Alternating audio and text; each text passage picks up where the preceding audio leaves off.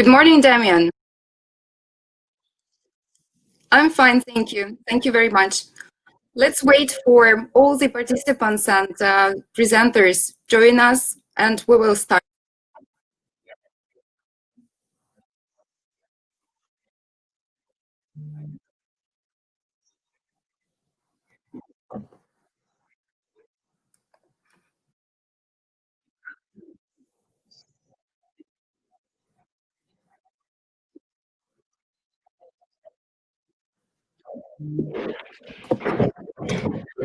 Hello, Elaine.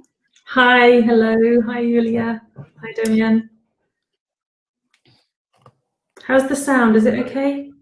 Yes, yes. Okay.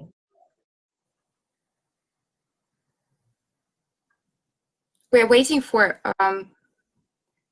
all the presenters to join us, and we will start soon.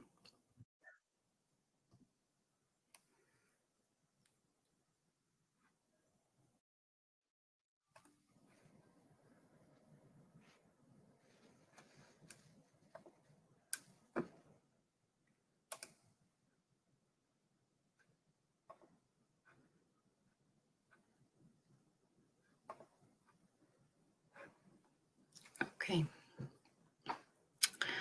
So, dear friends, my name is Julia.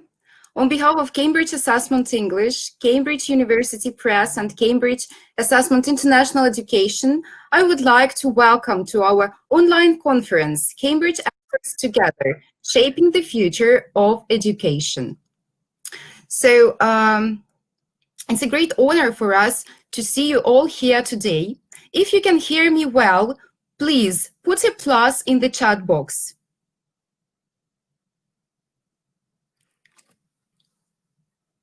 Thank you very much. I can see many pluses. This is great. So I see people from different parts of Russia, and not only Russia, there are people from Uzbekistan. I can see some people from Kazakhstan. Please write just a couple of words. Where you're from, and are you a teacher or probably a director of school? Do you work for a state school or private language school? It's extremely interesting for us to see and hear about you. Russia, teacher. If you have some problems during the conference, we can help you. So if you have some problems with the sound or video, you just need to try to refresh the page. Just click on F5 or try to use another device. You can join the conference from your desktop, laptop, mobile phone. There is a fancy app to download. Okay, I see many participants from different places. Wonderful.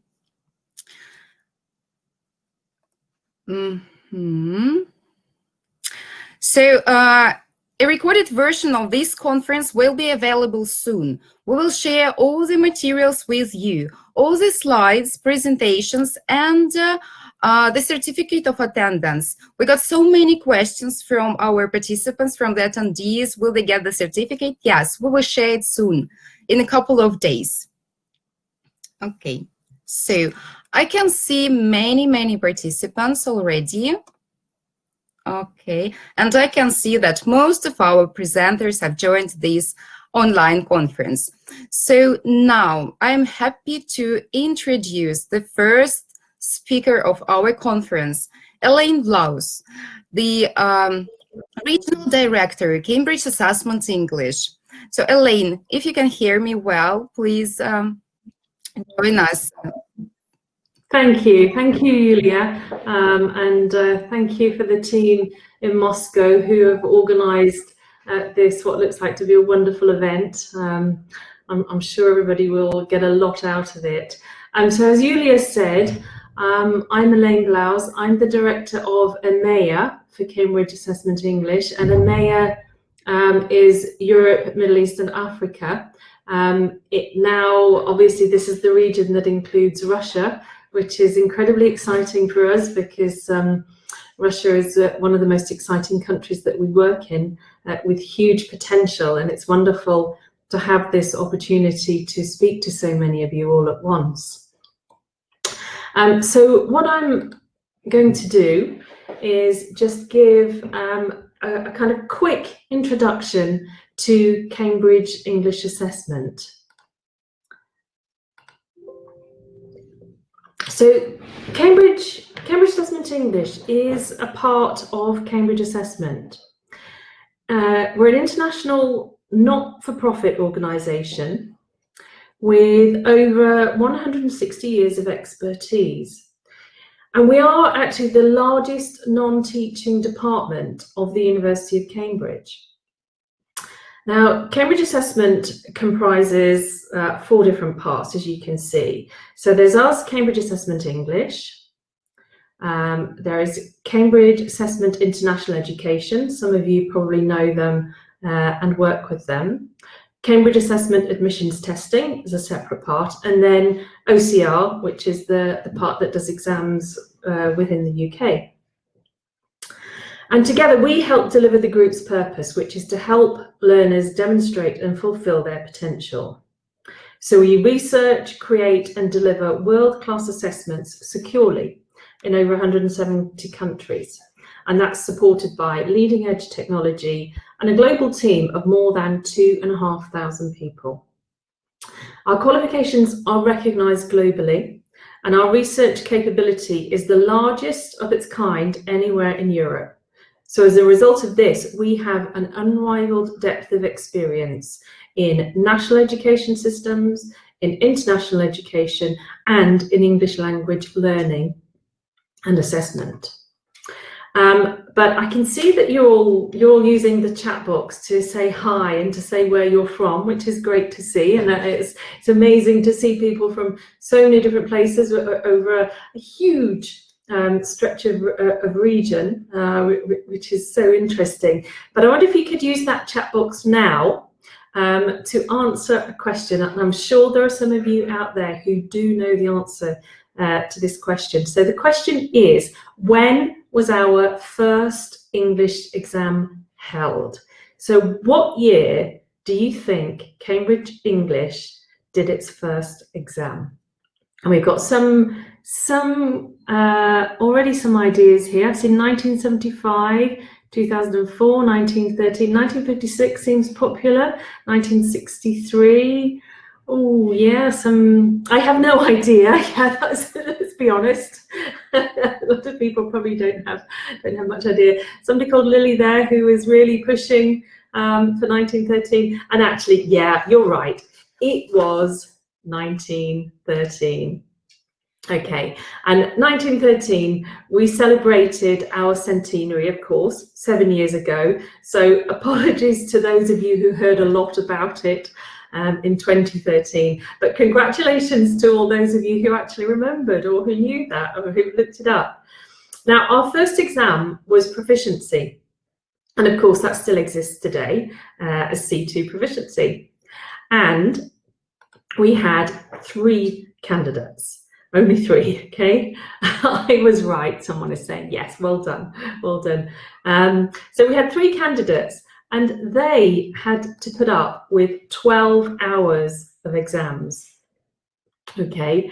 And then just to kind of make it even worse, they all failed. So actually, absolutely nobody passed. And to give you an idea of what it was that they faced back in 1913, here's an extract from the English essay paper. Oops, sorry, I think I rolled through some, sorry, I don't know what's happened there. But and I'll find the paper. They had to write an English essay for 2 hours on one of these subjects: the effect of political movements upon 19th century literature in England, Elizabethan travel and discovery, the Indian Mutiny, or the development of local self-government. I'm not sure how many of us would pass having to write a 2-hour essay on one of those to get to get that. Anyway, last year we had 7 million candidates who took one of our exams. So we've grown from 3 to 7 million in over 130 countries. And I'm glad to say that C2 proficiency, the highest level that we examine nowadays, only lasts 4 hours and does actually test your English language skills. And as somebody's put in there, yeah, why politics? Isn't it complicated for students? Incredibly so, yes. So we don't do that anymore. I think we've moved along from those days over 100 years ago. And thankfully, we also have a higher pass rate than we did when we started. But as I'm sure you're all aware, of course, the world has changed.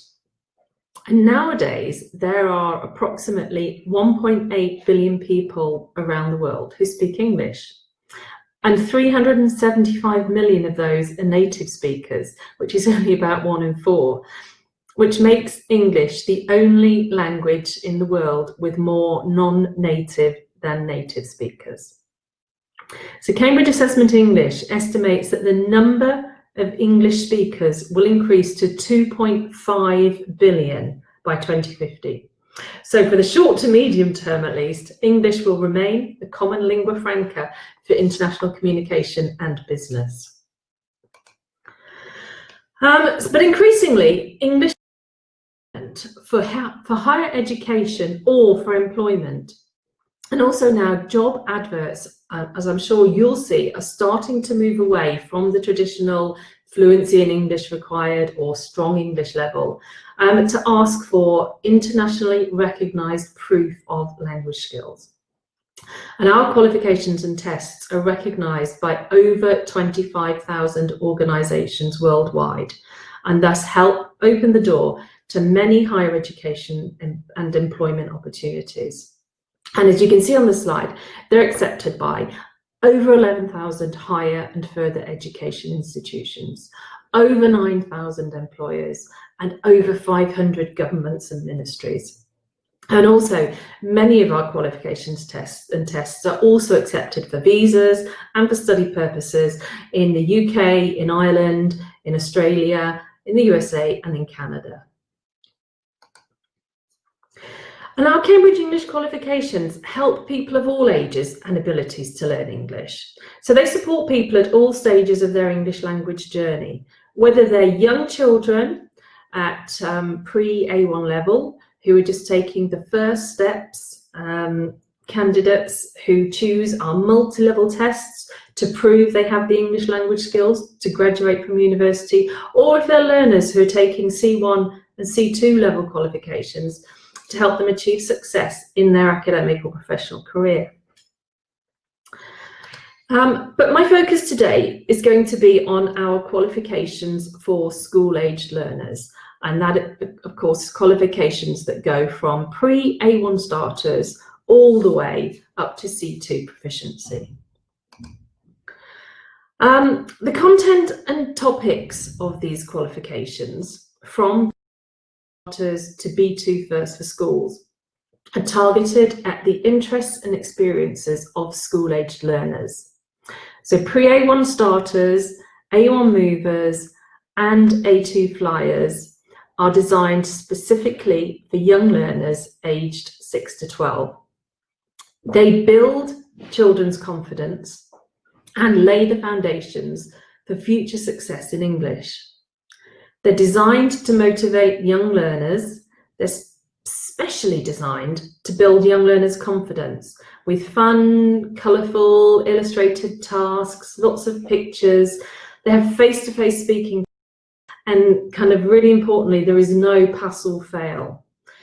And as we move up from young learners through A2 key for schools, B1 preliminary, and B2 first for schools, the exams are also designed to give learners practical skills for the real world.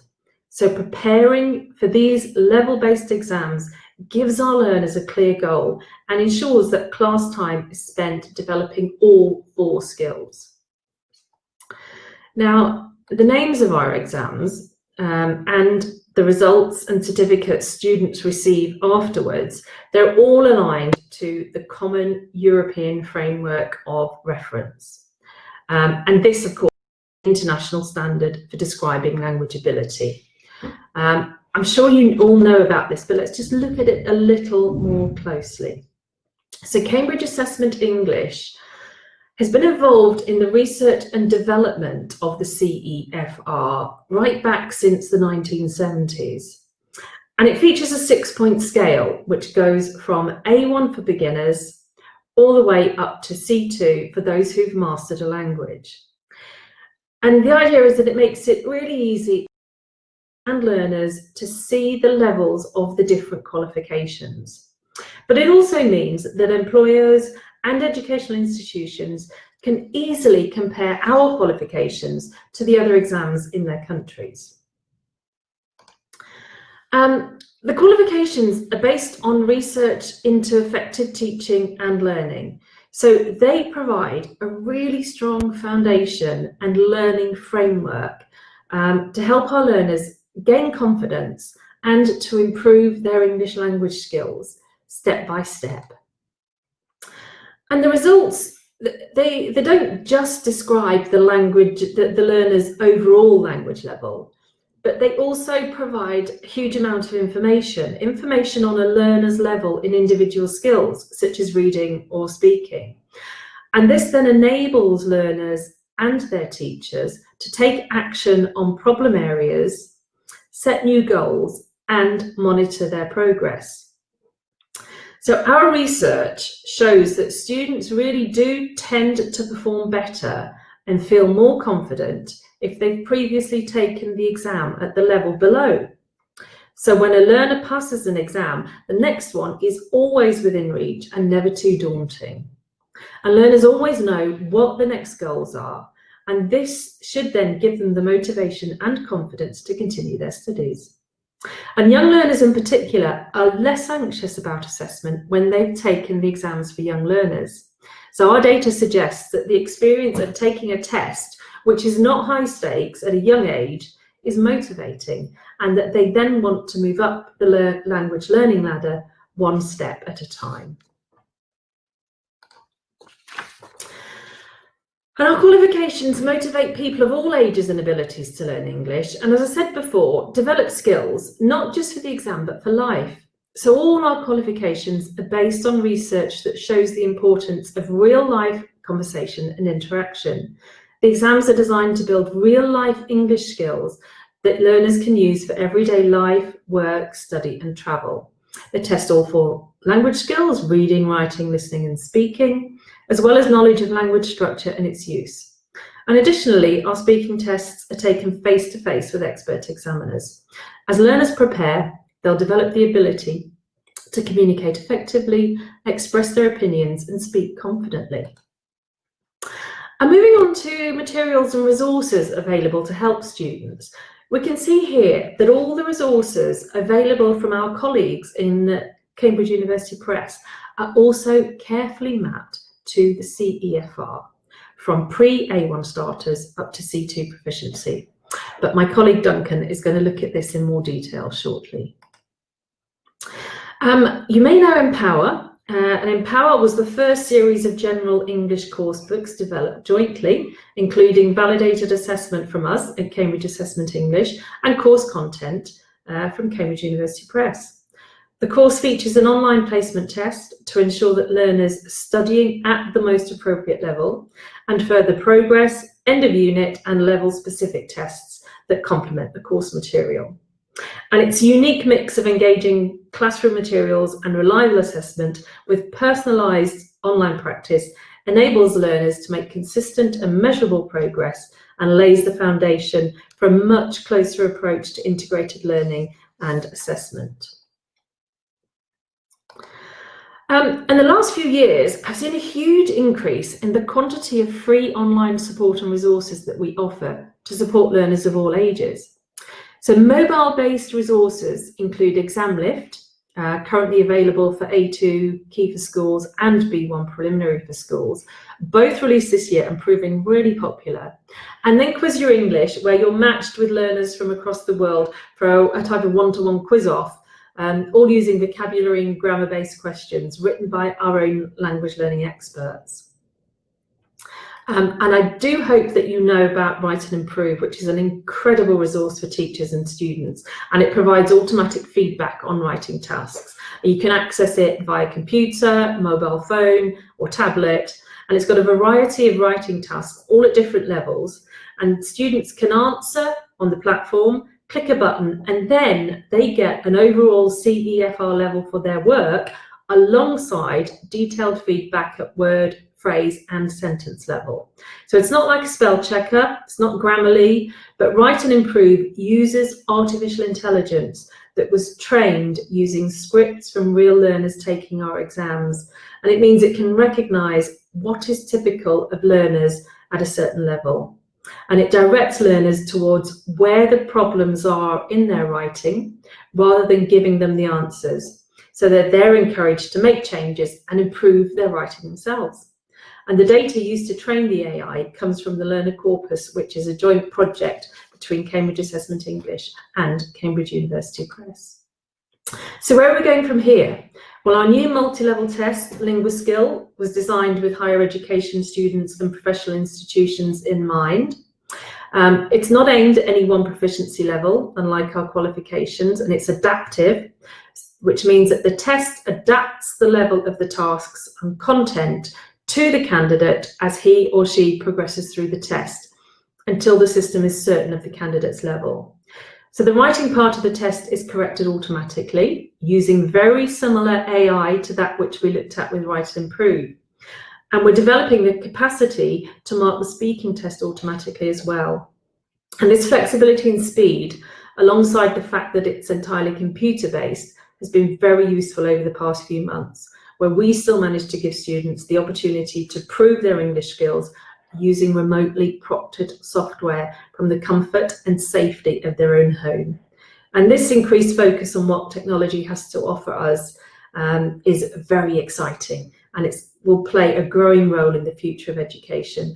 And my colleague, Dr. Nick Sowell, will look at this in much more detail later. But there's a project still very much in its early stages, which we are calling Compass. And in combining the data and knowledge we can access regarding students' strengths and weaknesses, the idea is to inform a profile of each student's ability in different language skills, knowledge, and progress. As you can see some of the screenshots here. And when used alongside more traditional Cambridge preparation material, this could then help personalise content as appropriate outside the class, and give ongoing feedback on the student's individual learning experience. This could then, of course, be accessed by the student by any digital device, allowing for a much closer, more appropriate and personal learning experience for all of our English learners. And then another great thing is the student profile could then feed into a class profile, which of course can help provide teachers with the opportunity to make more informed decisions about what to teach, when, how, and to whom. We're all firm believers at Cambridge that technology will never replace teachers, but do what it does better than humans can in order to supplement and to add to what only human teachers can do, saving a huge amount of time and energy that teachers can then spend more effectively. So Compass would only ever help teachers make more informed, better decisions, and that have control over the feedback, activities, and direction the teaching would then take. And as I said, this is in its very early stages, so please watch this space. So I'd just like to say thank you all very much for giving me the opportunity to talk to so many of you here today. I hope the rather quick look at just over a century was interesting. I think some more of these things will be talked about in more detail there for those of you who are interested. But I hope you're all as excited as we are about shaping the future of education together as experts. Thank you very much.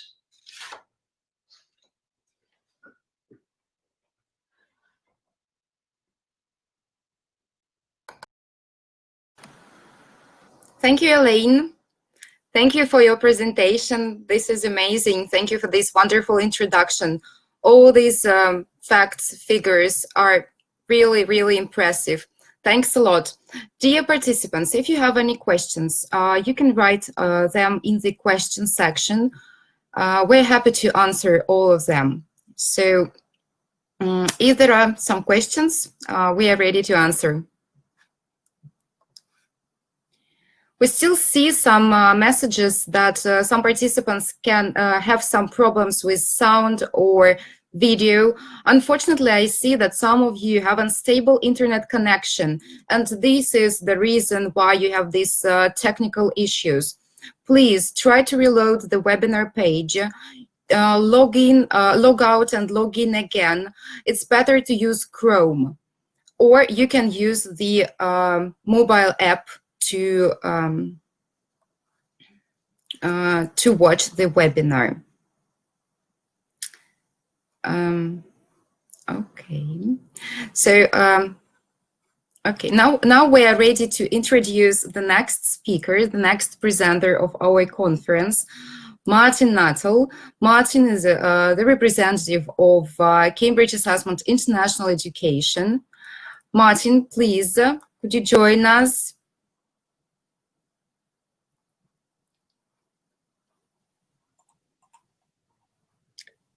Hello. Hello, Martin. How are you today? Can you hear me? Yes. Yes, of course, we can hear you. Everything is perfect. Yes. Excellent. Good afternoon. Good afternoon, everyone. Dobry den. And I just want to talk a little bit about Cambridge Assessment International Education. As Julia said, my name is Martin Nuttall, and I'm the regional commercial head for Europe at Cambridge Assessment International Education. And what I want to do is just give you a brief introduction to Cambridge International, a little bit about who we are and what we do.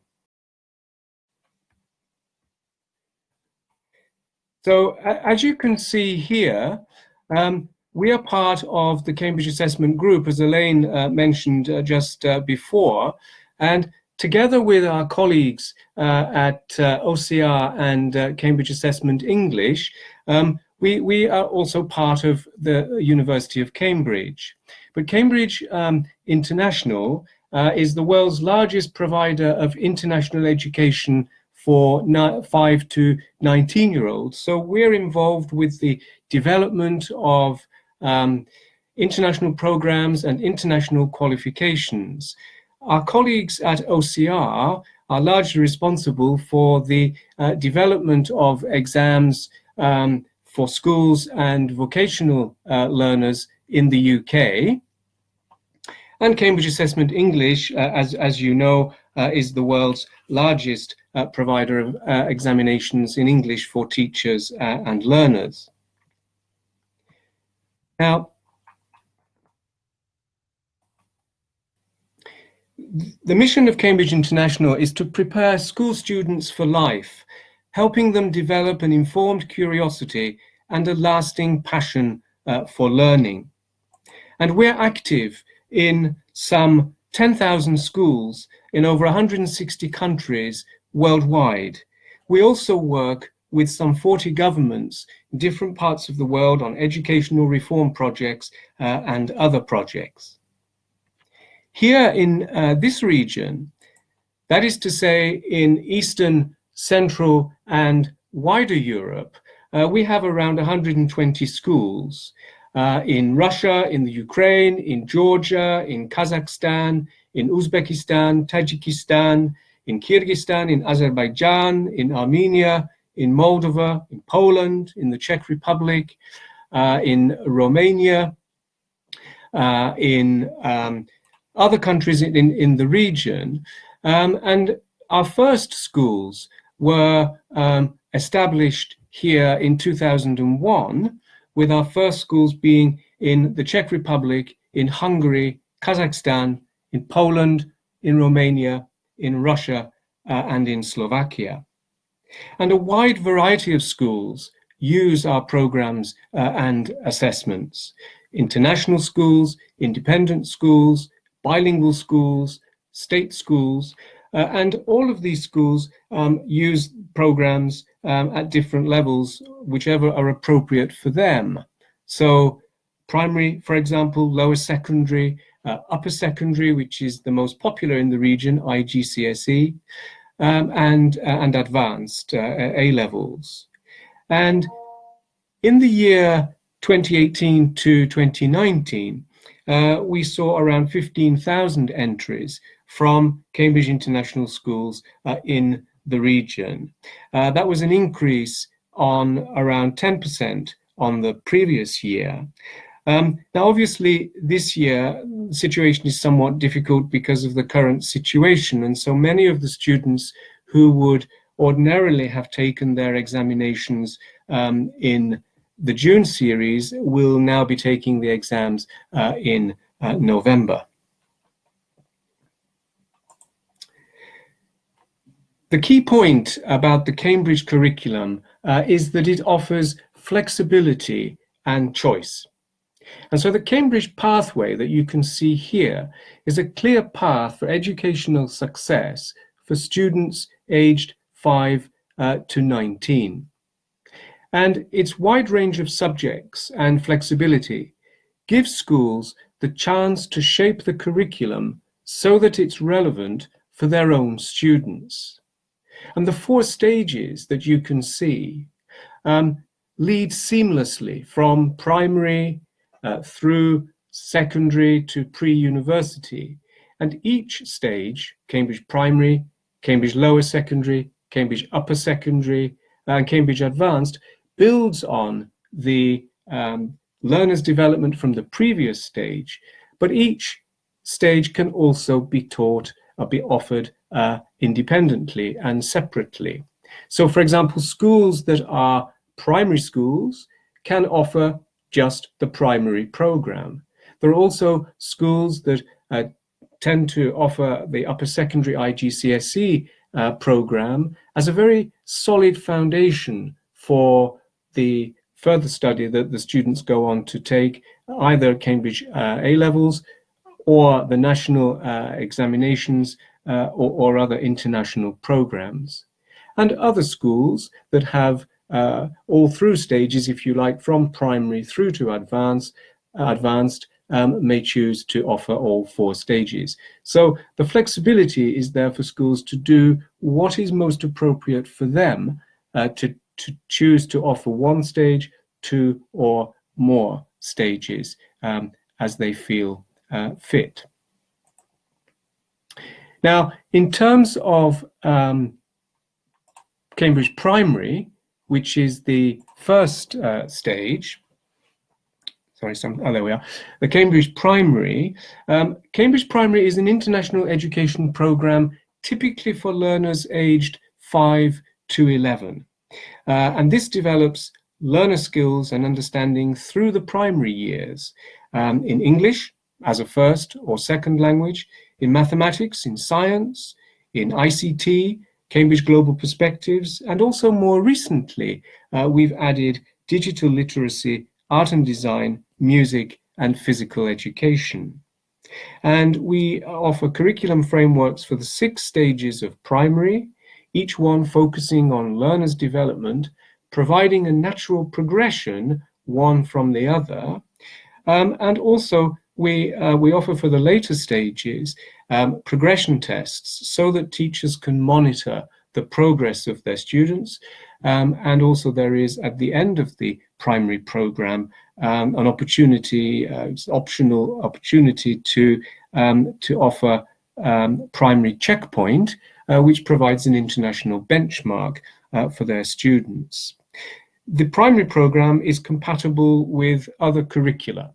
So again, schools can choose whether they wish to use the primary program as it is, or whether they wish to complement their existing curriculum, national curriculum or other curriculum, with the primary program by mapping as appropriate.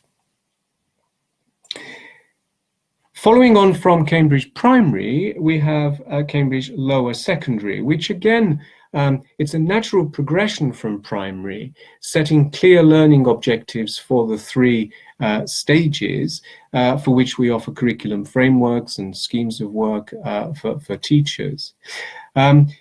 Again, from one stage to the next, there is a natural progression with progression tests, which teachers can use also to monitor their students' progress. And at the very end of lower secondary, there is also an opportunity to take the lower secondary checkpoint to identify learners' strengths and weaknesses in key areas and monitor their readiness for the next stage of their education. Cambridge IGCSE, which is the world's most popular international qualification for 14 to 16-year-olds, is suitable for all, for students who have an interest in a whole range of subjects. We offer over 70 subjects, including some 30 languages, and so schools can choose the subjects around the needs and interests of their students.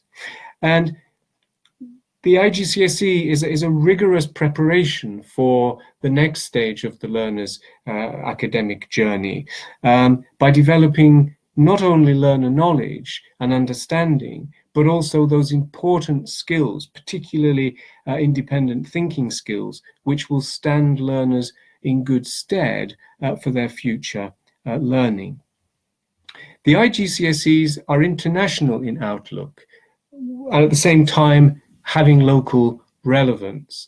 And so the history paper, for example, is not simply focused on British history, and the IGCSE geography is not just the geography of the British Isles. So it's much more relevant to local needs and local contexts, so that teachers around the world can find the IGCSE suitable for their learners.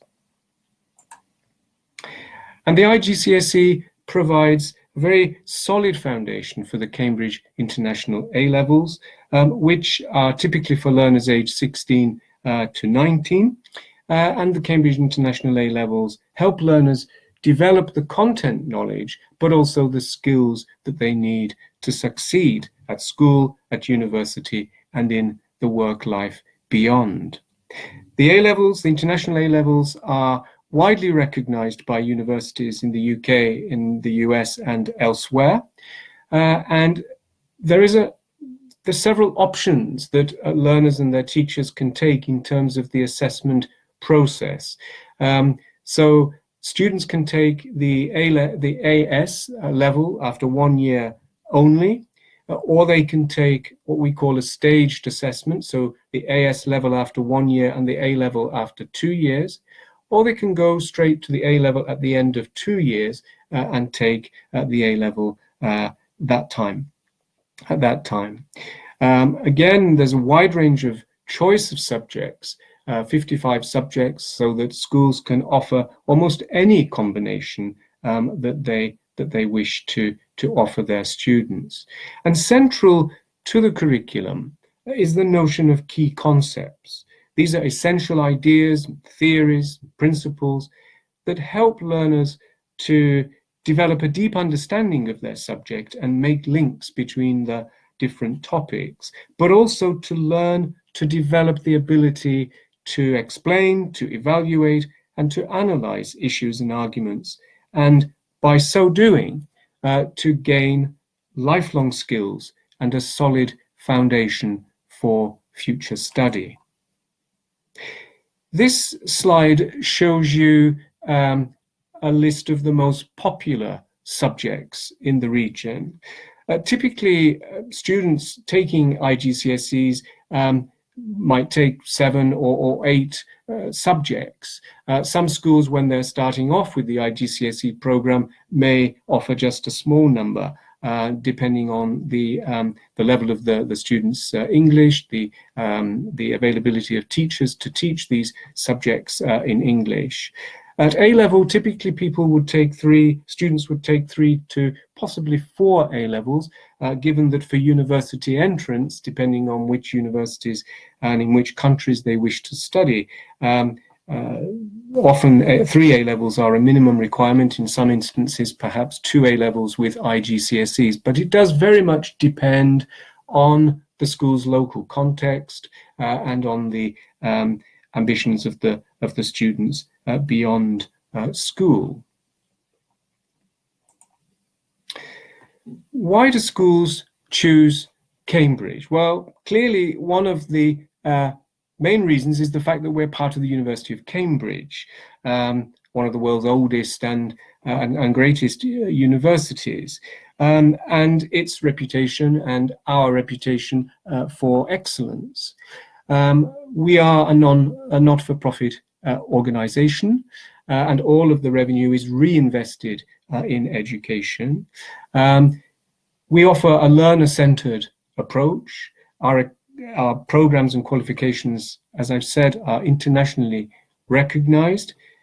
The curricula are progressive and flexible, and we offer comprehensive support, not only in terms of professional development for teachers, but also in terms of the additional resources and support that we provide for teachers to help them in their classroom activities, to help them to develop their learners' skills. So things, for example, like schemes of work, teacher guides, curriculum outlines, and sample candidate responses for a typical essay question or a mathematics paper and so on, examiner reports, lots of information and resource which can assist teachers in their work. We have almost 1 million learners across the world, 10,000 schools in 160 countries. And so schools feel reassured that they're part of the Cambridge global community. And I think that's also a very important thing. We work in partnership with schools to develop Cambridge learners and develop their learner attributes. We want students to be confident in working with information and ideas. We want them to be responsible for themselves. We want them to be reflective as learners. We want them to be innovative and equipped for new and future challenges. And we want them to be engaged intellectually and socially, ready to make a difference as citizens in the modern world. We've published a detailed guide about these attributes, developing the Cambridge Learner Attributes, which sets out a practical approach to our process of learning and the Cambridge attributes. And it's available for teachers to download on the Cambridge International website. The Cambridge curriculum, as I've said, is learner-centric. These are the attributes that we aim to develop, and we don't start with the exams. We start with the content, what the students have to learn. Our programs are designed to develop and consolidate student understanding of the subjects they are studying. So not only developing content knowledge and conceptual understanding, but also those important skills, particularly of independent learning, of developing their thinking skills, collaborative learning, so that they will be in a much stronger position when they go on to study at university and also in the workplace. So our goal, our aspiration is really to enable students to go beyond the boundaries of a subject, to respond positively to a fast changing world, to be creative and to think critically, to collaborate with others, to learn independently, to solve problems, and above all, to help them fulfill their potential. The qualifications and programs are recognized throughout the world by universities, by governments, by employers. Between 2014 and 2017, 95% of Cambridge International A-level students who applied to UK universities were offered places. That's over 70,000 places, and 62% of Cambridge learners who were accepted into universities in the UK were accepted into higher tariff universities. In other words, the Russell Group, the top tier of 24 or so most sought after universities in the UK, including Oxford, Cambridge, Edinburgh, Durham, and LSE, for example.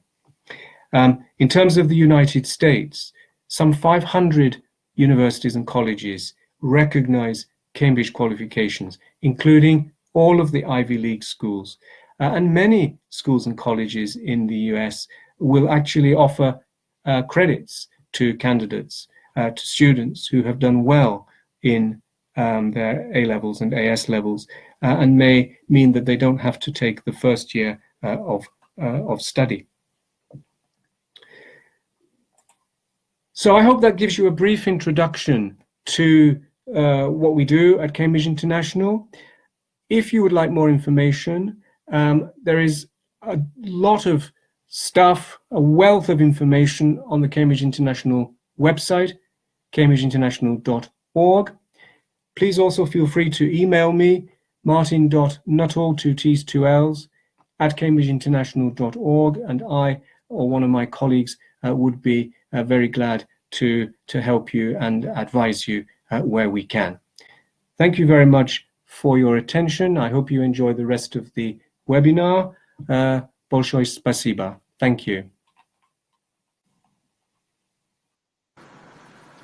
Thank you, Martin. Thank you for this introduction to Cambridge Assessment International Education.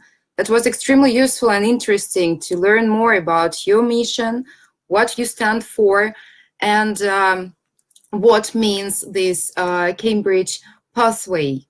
So thank you very much. Dear participants, if you have any questions to Martin, you can write them in the chat box or question box. We will be happy to answer them. So now I'm happy to introduce the next speaker of our conference. Just a second. Duncan, you're already here. Hello, how are you today? I'm here. Can you hear me? Yes, yes, I can hear you. Fantastic. Just a second. I'm uploading your presentation. Dear friends, dear colleagues, please welcome Duncan Cristolow, the representative of Cambridge University Press. Now we will learn about what makes Cambridge University Press unique and how Cambridge University Press helps students and teachers all over the world in this difficult journey, especially at this period of time, the period of uncertainty. Duncan, you're welcome. Thank you very much, Julia, and it's a good morning from me, and I guess it's a good afternoon to nearly all of you. It's a great pleasure to be with you today. I hope you're finding the event useful and interesting and stimulating. So I'm going to talk to you a little bit about Cambridge University Press, and particularly the English Language Teaching Division. I am Duncan Cristolow. You can see my email address on the slide, so if you do want to contact me, please do. I'm the head of the team that covers the Central and Eastern Europe region, and in that Russia is, I guess, easily the biggest country and the most important to us. But we also cover many and probably all of the countries that you're coming from today. We do have local offices in Russia, but I'm speaking to you from Cambridge, where I'm based. I normally would expect to visit the region 5 or even 6 times a year, but obviously that hasn't been possible for some time, but I do hope it won't be too long before I'm back. So I'm going to talk to you about English language teaching, and later my colleague Jasmine will give an educational talk about some specific areas of our research. The Cambridge University Press, like Cambridge Assessment, is a department of the University of Cambridge, and it's both an academic and an educational publisher. We have a global presence, and we have publishing hubs or offices in more than 40 countries, so we're truly worldwide.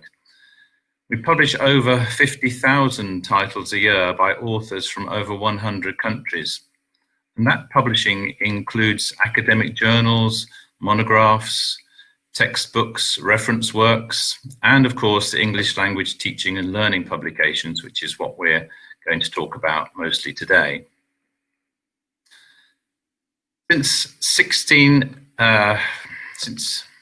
Sorry, I lost my slide there just for a moment. Okay, be with you in a second. Since 1698, let's see, there we go. Since 1698, we have been governed by a press syndicate, or called the syndics. Originally, they were known as the curators. And that's a governing group made up of around about 20 senior academics from the University of Cambridge. And they represent a wide range of subjects and areas of expertise. As you may know already, the press is a charitable enterprise, and this is reflected in the purpose statement: to further knowledge, learning and research globally, while the concept of better learning is encapsulated in the mission statement: to unlock people's potential with the best learning and research solutions. Cambridge University Press is the oldest, I need to get on to the next slide, good there. Cambridge University Press is the oldest publishing house in the world, and it originated from a letters patent granted to the University of Cambridge by Henry VIII in 1534, and it's been producing books continuously since the first practicing printer, Thomas Thomas, set up a printing house on the site of what later became the Senate House lawn, a few yards from where the press's bookshop now stands. If you come to Cambridge, you'll find that that's in a really central place, just near the Market Square. It's actually the oldest bookshop site in Britain, dating from 1581. This was really the book-selling hub of Cambridge back then. In those days, the Stationers' Company in London guarded its monopoly of printing really closely, which partly explains the delay between the date of the university's letters patent and the printing of the first book. Fortunately, we could be much quicker than that these days. So, I'm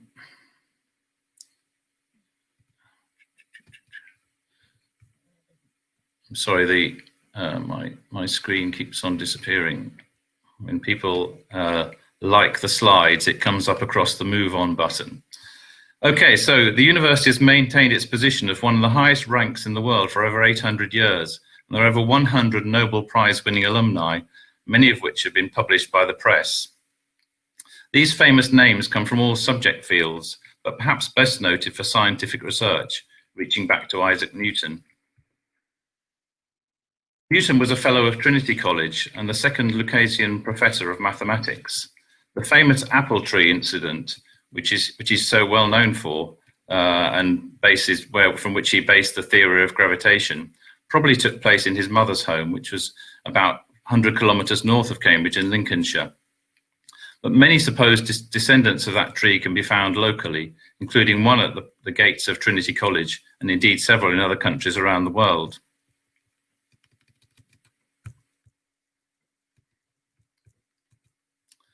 Moving up to closer to today, you'll probably all recognize that face, Stephen Hawking.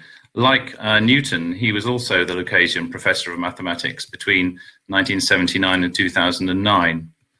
Hawking was Director of Research at the Centre of Theoretical Cosmology at the University of Cambridge at the time of his death, and came to prominence to the general public through his accessible books on theoretical physics and cosmology. The press itself comprises of three divisions: academic, education, and English language learning. The ELT division is the youngest, being founded only in 1973, but it's rapidly become as important as the other divisions, and we're growing all the time. We've achieved some memorable milestones, many with significant contribution from Russian teachers. Russian universities were early adopters of the Touchstone blended learning course, which uses an innovative technological solution, and that was from nearly 10 years ago. And many of you who are language teachers will know about Raymond Murphy. His grammar books have been very popular. At least 100 million students have learnt from them.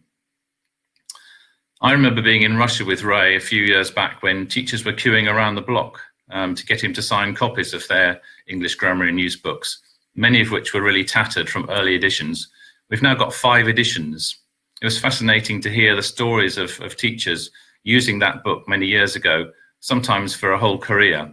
Truly inspirational it was. As a framework for new development of materials, we use the concept of better learning, and that's really what I wanted to talk to you about today. We try to connect teachers and learners with the latest educational and language research to develop materials that can deliver the most effective learning experiences. Let's take a look at how better learning works. So better learning is a continuous cycle where insights are gathered from teachers and learners, and they help to shape the content of our materials. And the objective is to lead to greater success. It's a learning and development cycle as the feedback we get from successful and less successful materials all feed back into the research and review process. I'm going to look at the cycle in a little bit more detail. I mentioned that the press is a department of the university, and that's a really important factor in generating and maintaining a very high level of academic rigor. We have the biggest team of dedicated researchers within the ELT publishing community and a worldwide network of academic researchers and contributing teachers. Those teachers give regular feedback, and our teams also collect class observations from many countries with different characteristics, testing materials with thousands of different teachers. Some highlights of that research include the Cambridge English corpus, more of that in a moment, also an extensive series of research output, which we call white papers. These are all free to download from our websites, and guidelines for the design of material, which are based on the English profile. The English profile describes what aspects of English are typically learned at different levels of the CEFR. So this helps teachers to know what materials are appropriate for what stages in a learner's development. And also mentioned on that slide is the Cambridge Life Competencies Framework, which Jasmine is going to talk about later. I think the Cambridge English corpus, though, is worth a specific mention. Historically, it's the research team's biggest contribution towards the development of effective materials, and it's something that we're really well known for. The corpus is an ever-growing database of English language, now with over 2 billion entries. It contains both written and spoken English from around the world, from a wide variety of sources. The corpus also contains the Cambridge Learner Corpus, which is a 40 million word corpus made up from English exam responses written by English language learners. The corpus helps us to understand English language as it's really used, capturing how people use English and allowing us to develop the most effective learning materials. The Learner Corpus adds understanding of common mistakes to the mix, adding focus where it's most often needed and tailored to the needs of learners with different first languages. I guess the COVID pandemic has shown that our team of researchers is really valuable, and our network of teachers really adds to that benefit. It's allowed us to provide cutting-edge advice and guidance to help teachers deal with what's often been a forced transition to different teaching methods, often using online that they're not familiar with. We'll continue to develop that on the theme of supporting every teacher, with further support materials to help you all to be ready for anything when schools hopefully return in September. A lot of this is about transition to digital, but maintaining sound pedagogical principles remains critical. We're working really hard to adapt materials quickly so that the new teaching environments can work as effectively as possible.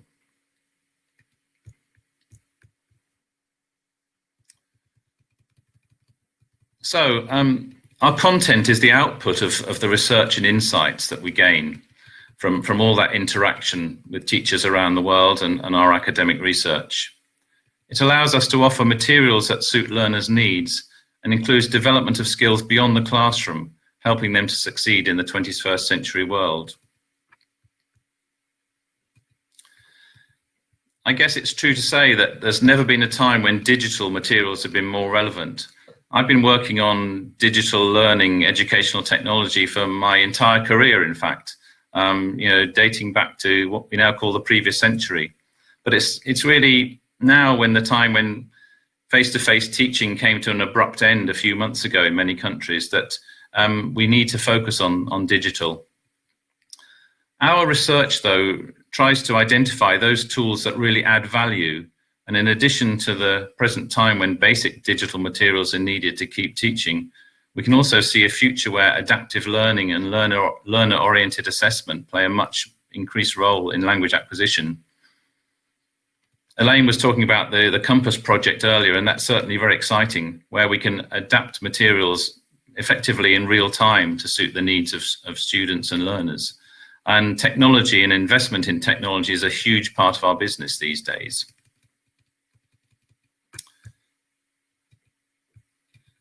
Research also informs the materials that help to develop teachers' professional skills and support local customization projects and programs. One of the biggest areas of growth in our business is tailoring materials to meet the needs of local countries. So working with ministries of education, for example, to adapt some of our materials to suit particular local needs. And this is something we also expect to grow in the future. The final stage of the better learning cycle is the results. We aim for improved motivation, which helps students to succeed and brings confidence to teachers. And we also aim to develop the competencies that will extend to the real world beyond the classroom, preparing for life beyond the classroom.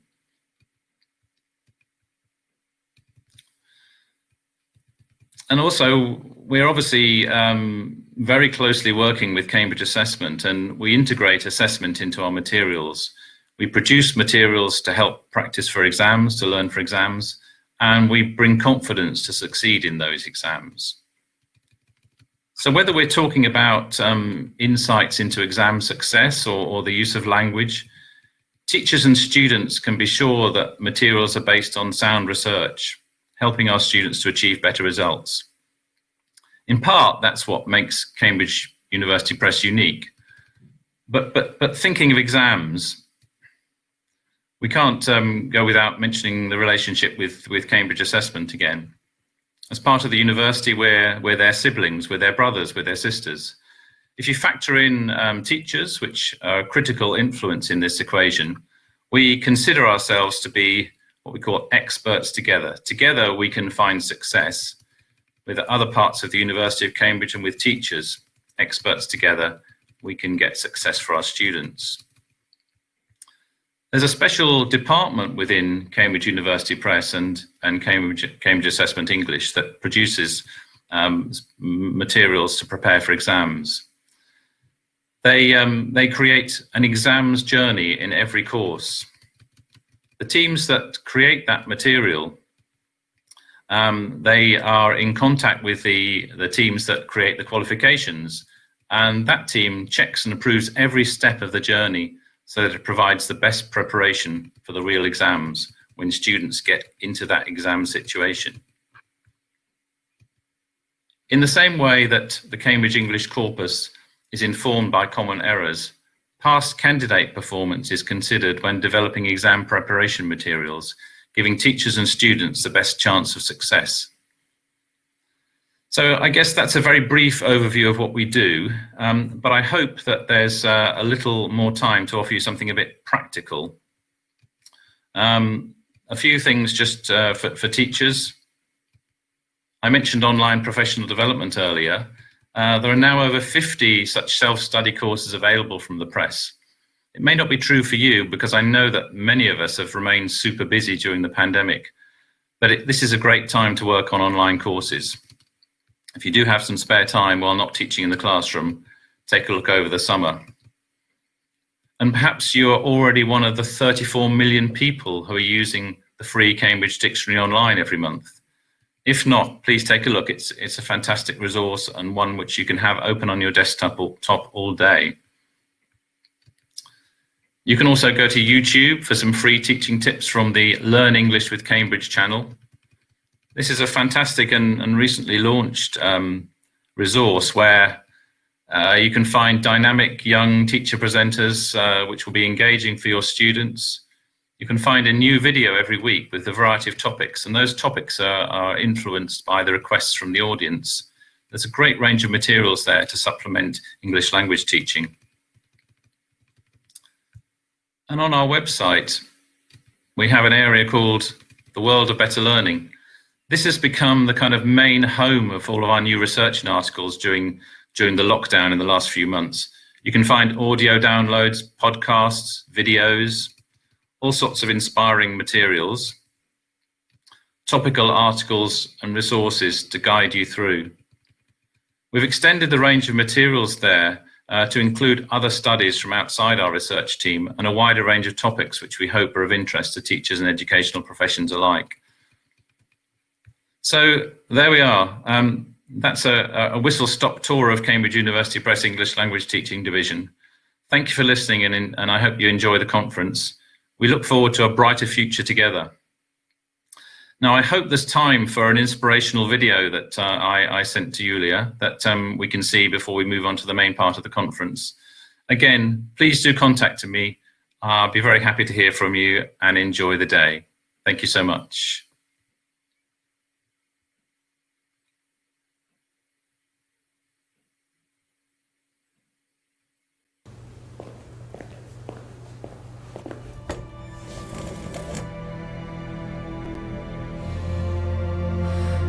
So, what brings you here today?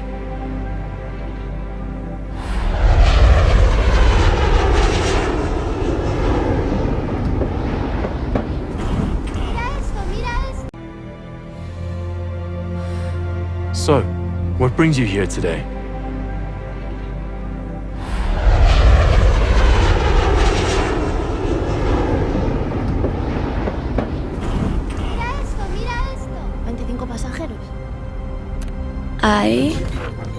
I am here. I am here to tell you. Tell you.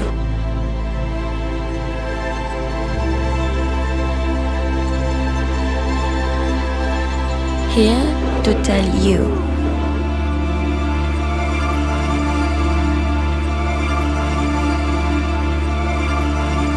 Why it has always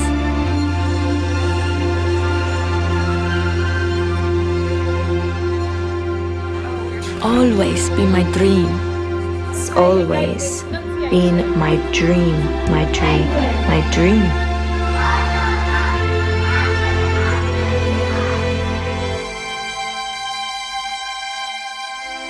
My dream, be my dream, my dream. I am here. I am here. So, what brings you here today?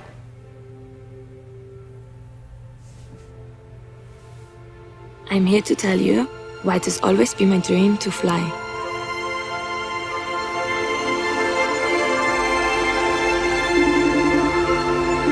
Hola. ¿Sí? ¿Este es tu avión?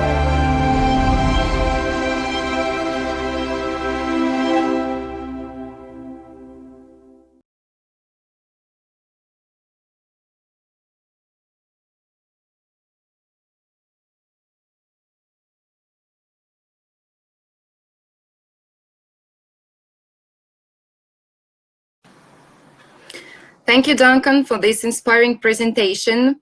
Thank you for sharing your experience, and thank you for your support for teachers and learners during this exciting but sometimes difficult journey of language learning and teaching. Thank you. So now it's time to start our educational talks, and I'm extremely proud and happy to introduce Nick Saville, Dr. Nick Saville, the representative of Cambridge University, the Director of Research, Cambridge Assessment English. Nick, I can see that you are online. Please join us. Hello, Nick, can you hear me? Hi there, yes, Julia, how are you? I'm fine, thank you. How are you today? I'm great. It's a bit rainy here in Cambridge, but otherwise fine. Great background and a lovely video we've just seen. Very inspiring. Very inspiring, that's true. Thank you very much for joining us. And so now I'm giving the floor to you. So, thank you, Julia, and hello everyone, and Greetings from Cambridge. My name is Nick, as you've heard. I'm going to talk to you about the fourth industrial revolution and language learning, and reimagine a little bit the future of assessment in that context. I'm from the same part of Cambridge as Elaine, and our mission in Cambridge English is to help people improve their communication skills, particularly in English, from the kindergarten onwards across the lifespan for educational, occupational, and personal reasons. So very much I'm in this world of providing exams every step of the way, a language learning ladder to scaffold progression using the CFR. And this is the background in which we work, exams, qualifications, and our collaboration, as you've heard, with the press and the rest of the university. Now, in our world of language learning, we collaborate with people all over the world in contexts like this, what you might call classrooms of a traditional kind. They are all different, but you can see the similarities, and they've been like that ever since I was at school more than 50 years ago. And that is the reality for many teachers and learners. But what I'd like to think about is now the changing learning landscape and the impact of technology, as we've heard, and how that can make things different and indeed better. So technology exists in classrooms, as we have heard. It would be strange, though, if we didn't change other things as well as introduce technology. Some things are already changing, as you can see in the picture on the right, but that little symbol on the top right of my picture is to indicate that we've now been given an opportunity to do things different by necessity since the COVID crisis, with many people working outside of classrooms from their home. And this is opening up opportunities to change things more rapidly. So the fourth industrial revolution is the era of data and devices. And this was a term coined a few years ago by Klaus Schwab from the World Economic Forum. It's characterized by connectivity or networks in the world of data and devices, where we're all connected together, billions of us in the world of the internet. And this opens up new opportunities to do things differently than before, because it enables the development of artificial intelligence or AI in order to create solutions we didn't have before. And thank goodness for it in this world where we've all been working from home and we've all got used to this kind of technology for keeping in touch. I'd refer you just briefly to this book by Schwab, which is called Shaping the Future of the Industrial Revolution, a guide to building a better world.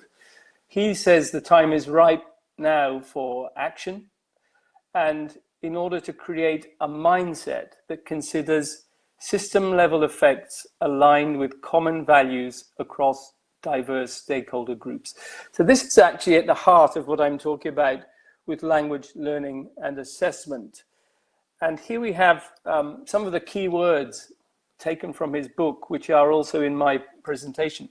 So it's about systems, not just the technology. It's about empowering people, not telling them what to do. It's about designing the features we want, not coming across them by accident. And it's about maintaining our values and building them in, not as an afterthought, but as a design principle. So as we've heard also already, what we want to do is to create new opportunities, improve the process and outcomes of language education, but also to retain at the heart of it our core educational values. So in my talk, I'm going to just look at the digital technology piece, which is at the heart of it, and reflect on the systems part, how we can create ecosystems of learning that integrate learning and assessment more effectively, that create more personalized and socially connected learning opportunities, and which maintain ethical and fair uses of technology, including how we might introduce artificial intelligence into our systems. I won't dwell on that part today, but it's something for you to think about in the future. I think you'll all be familiar with the concept of ecosystems, of how things come together in nature and to rely on each other in various ways, in a systematic way. I won't talk about that, but I will just move on to say that in education, we've been thinking about the same metaphor of how we can build interconnected systems to study the relationship between individuals, learners, teachers, and so on, and the rest of society, so in a systemic way, to make connections, if you like, across between the different activities, the different contexts. But very important, and I think we saw it from the video we've just seen, is to maintain the idea of the individual learner at the heart of our ecosystem. The aspirations of the learner, that young girl there in primary school, growing up, being supported through her learning to become a medical professional who can communicate effectively in several languages, who operates globally in an effective way.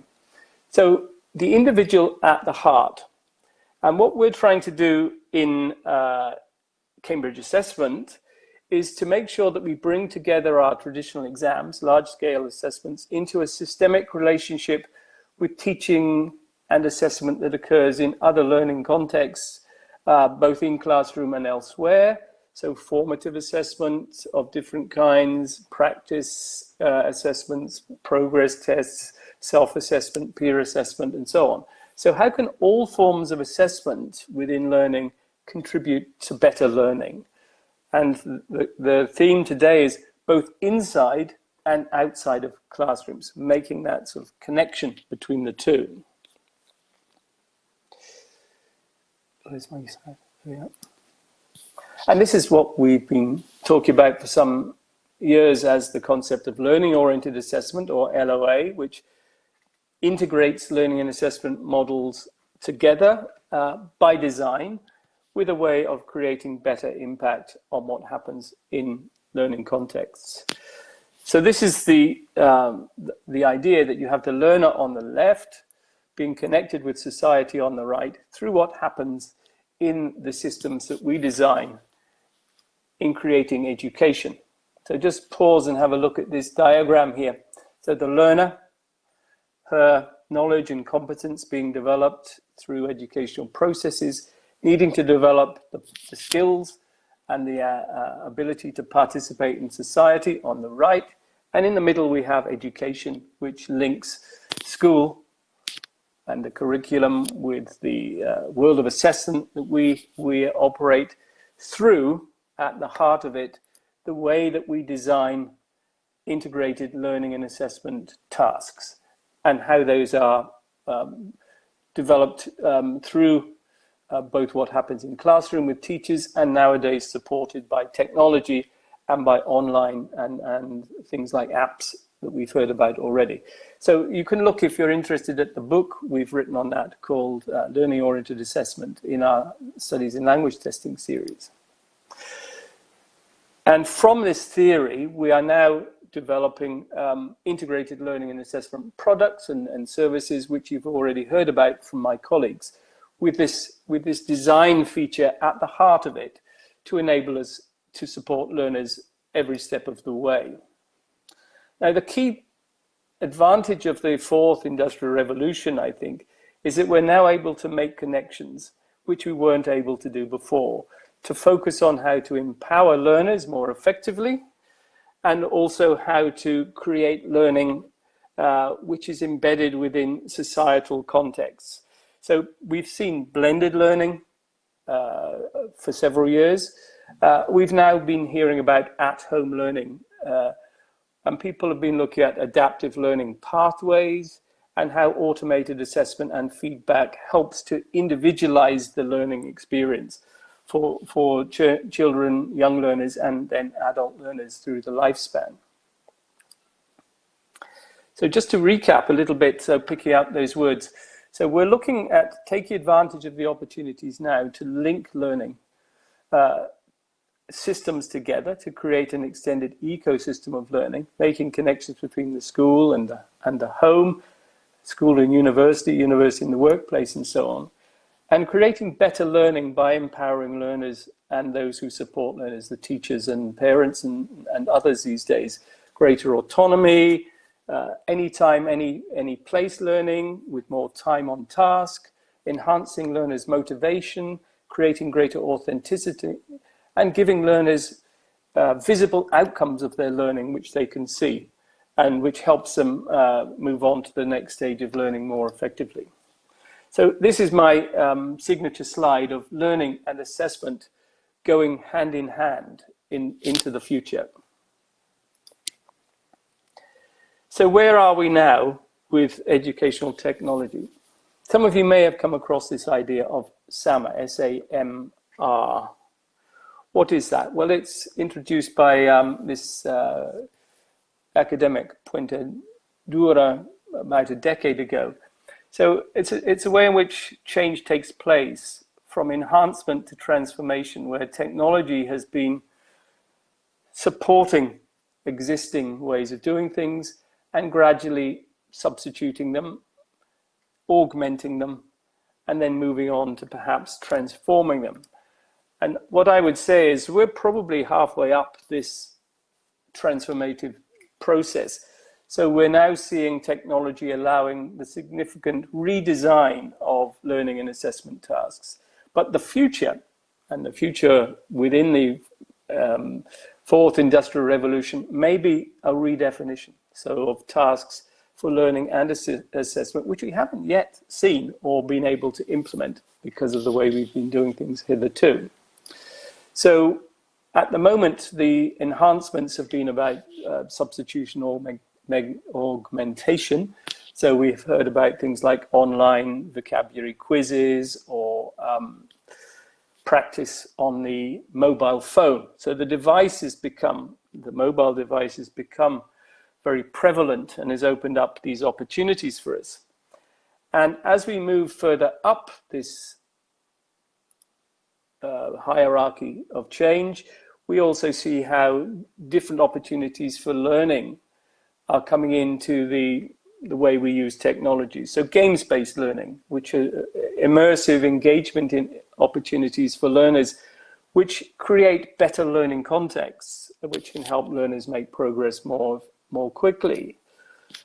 We're also seeing mobile formats, which are also impacting on assessment. So we've heard about assessments which are more remote or more automated. Our LinguaSkill is a case in point.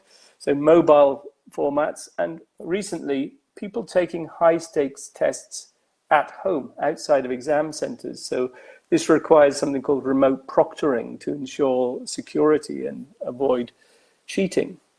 And there's more to come here, which are opportunities, I think, for more authentic tasks and more personal feedback that we can bring into our assessments as they become online and automated in different ways.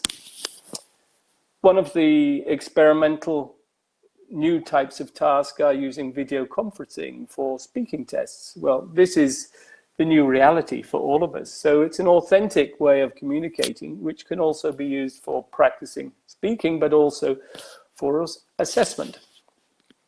And already we've seen something even more transformative, which is the possibility of virtual reality or augmented reality being used in classrooms to create authentic situations in a virtual way, which can also help engage learners more effectively. In relation to assessment, progress has been rapidly made in automating assessment, and we've done this with the two projects that you've already heard something about, Write and Improve and Speak and Improve. The latest innovation has been around speaking, which is more tricky than writing, and the use of automated speech recognition to build ways of practicing speaking or assessing speaking with automated feedback. So if you're interested in this area, please look at this project, which is currently in a research phase called Speak and Improve, Practice English with me. This is an avatar called Sandy, which you can get free and practice with.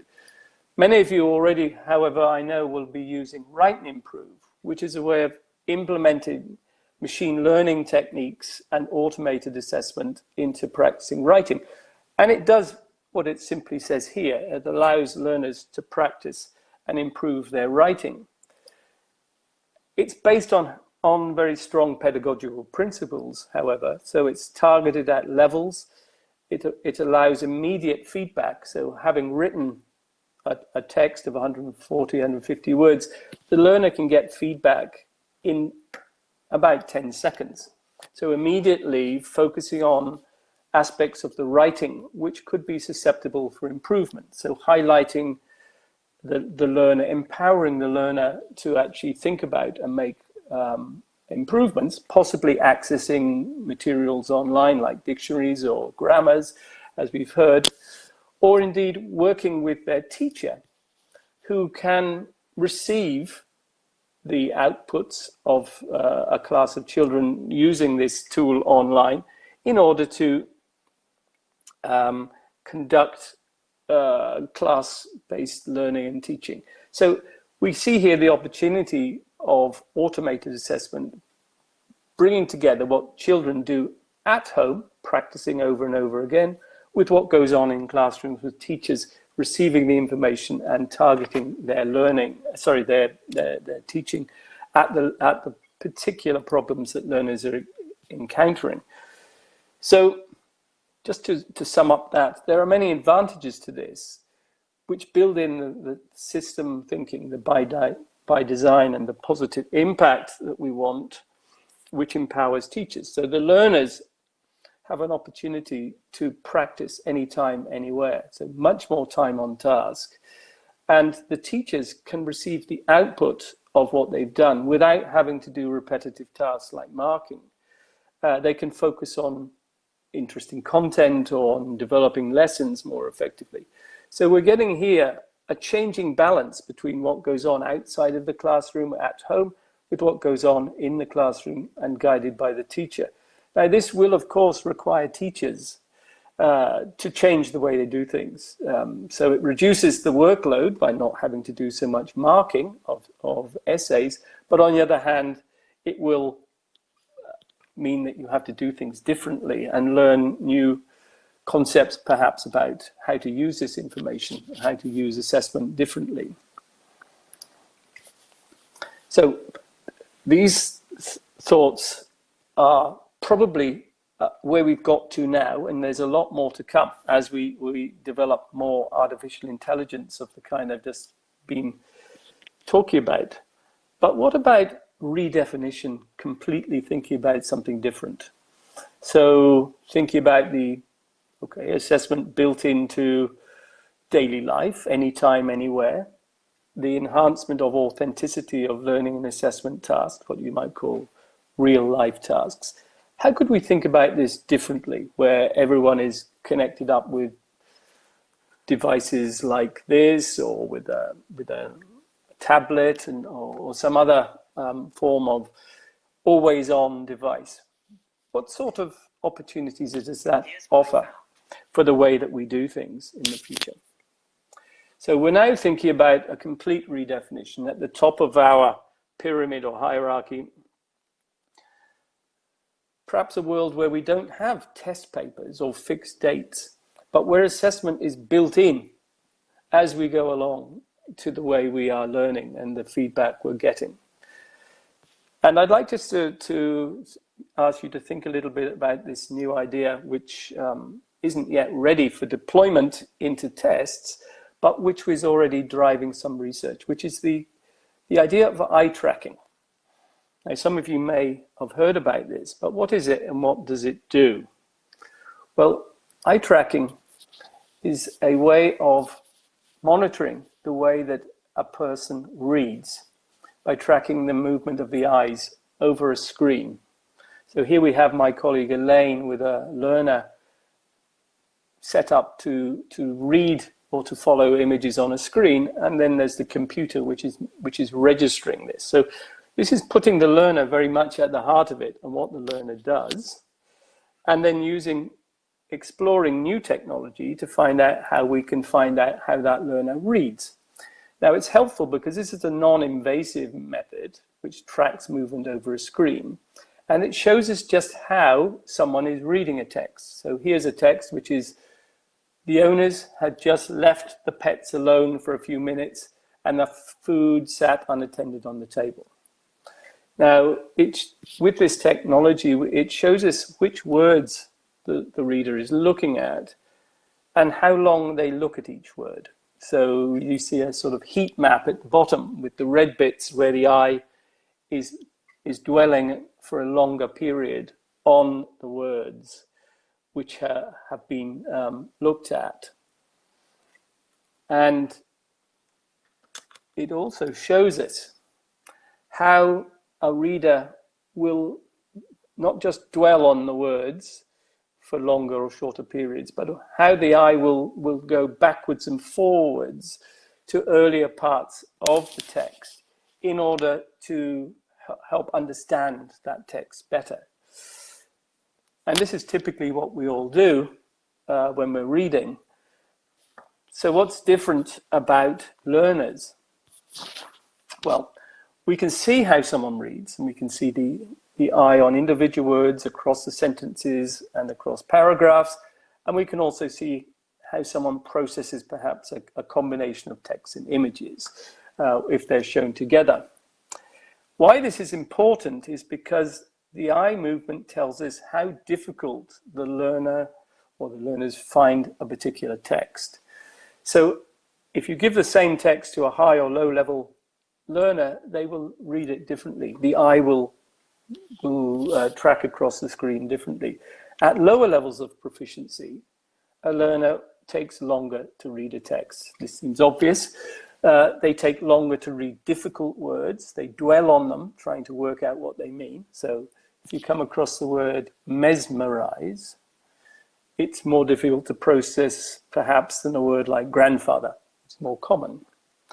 And then they go back and read and reread earlier parts of the text more frequently in order to try and extract the meaning.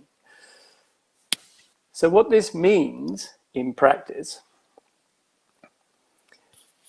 where am I? Sorry. Yep.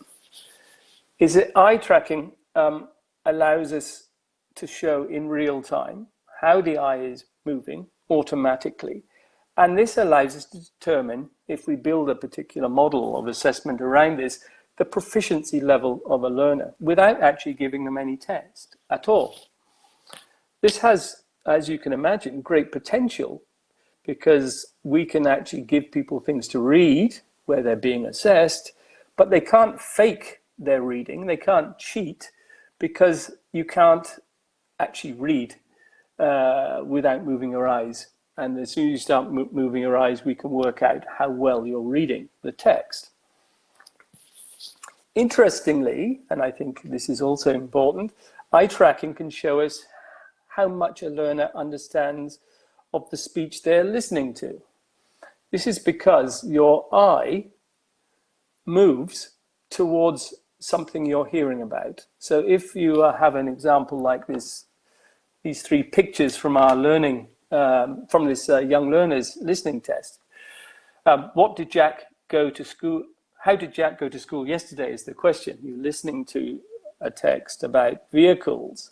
If the word is bus, your eye moves towards bus. If it's car, your eye moves towards car. If you don't understand the words, your eyes are moving around in a way which shows that you're not understanding. So we can begin to build in these eye tracking concepts combined with other technologies, has to be said, including automated ways to deal with large quantities of data. So this would be linked into some forms of AI using machine learning, should we say, in order to create assessments which are basically reading texts on an iPad. So just to sum up here, through this whistle-stop tour, so building on where we've got to, which is the world of data and devices, we're enhancing how we can use technology to link up better learning and better assessment into the lives of our learners, both in classroom and in home-based learning. And this, of course, is a big opportunity we now have for all of us to take part in that. But we're also thinking beyond that to technologies which can completely revolutionize the way we develop learning and assessment tools. One avenue we're exploring, this is really interesting, is this one of eye tracking. And it links up with other, as I said, other cool types of technology, which enables assessment on portable devices, so which could be done anytime, anywhere. This moves in the direction of replacing tests that have to be taken at a predefined place and time, like an exam room, enabling the current trend towards at-home assessment and avoiding some of the problems we have with that, which are malpractice, cheating, or ways in which the tests are not secure. So this approach, I think, takes us forward to a world of integrated learning and assessment, our ILA projects, a habit, if you like, of doing things, of learning and being assessed that's integrated into our daily routines, and particularly for that new generation of children we see in this picture, where learning and assessment becomes a true lifestyle, something which is going on from when they go to school, and then something which persists throughout the lifespan as they need to learn new things and get more qualifications. So with that, I hope that's left you with something to think about, something a bit different too. And I'll hand back to Julia. So thank you for your attention.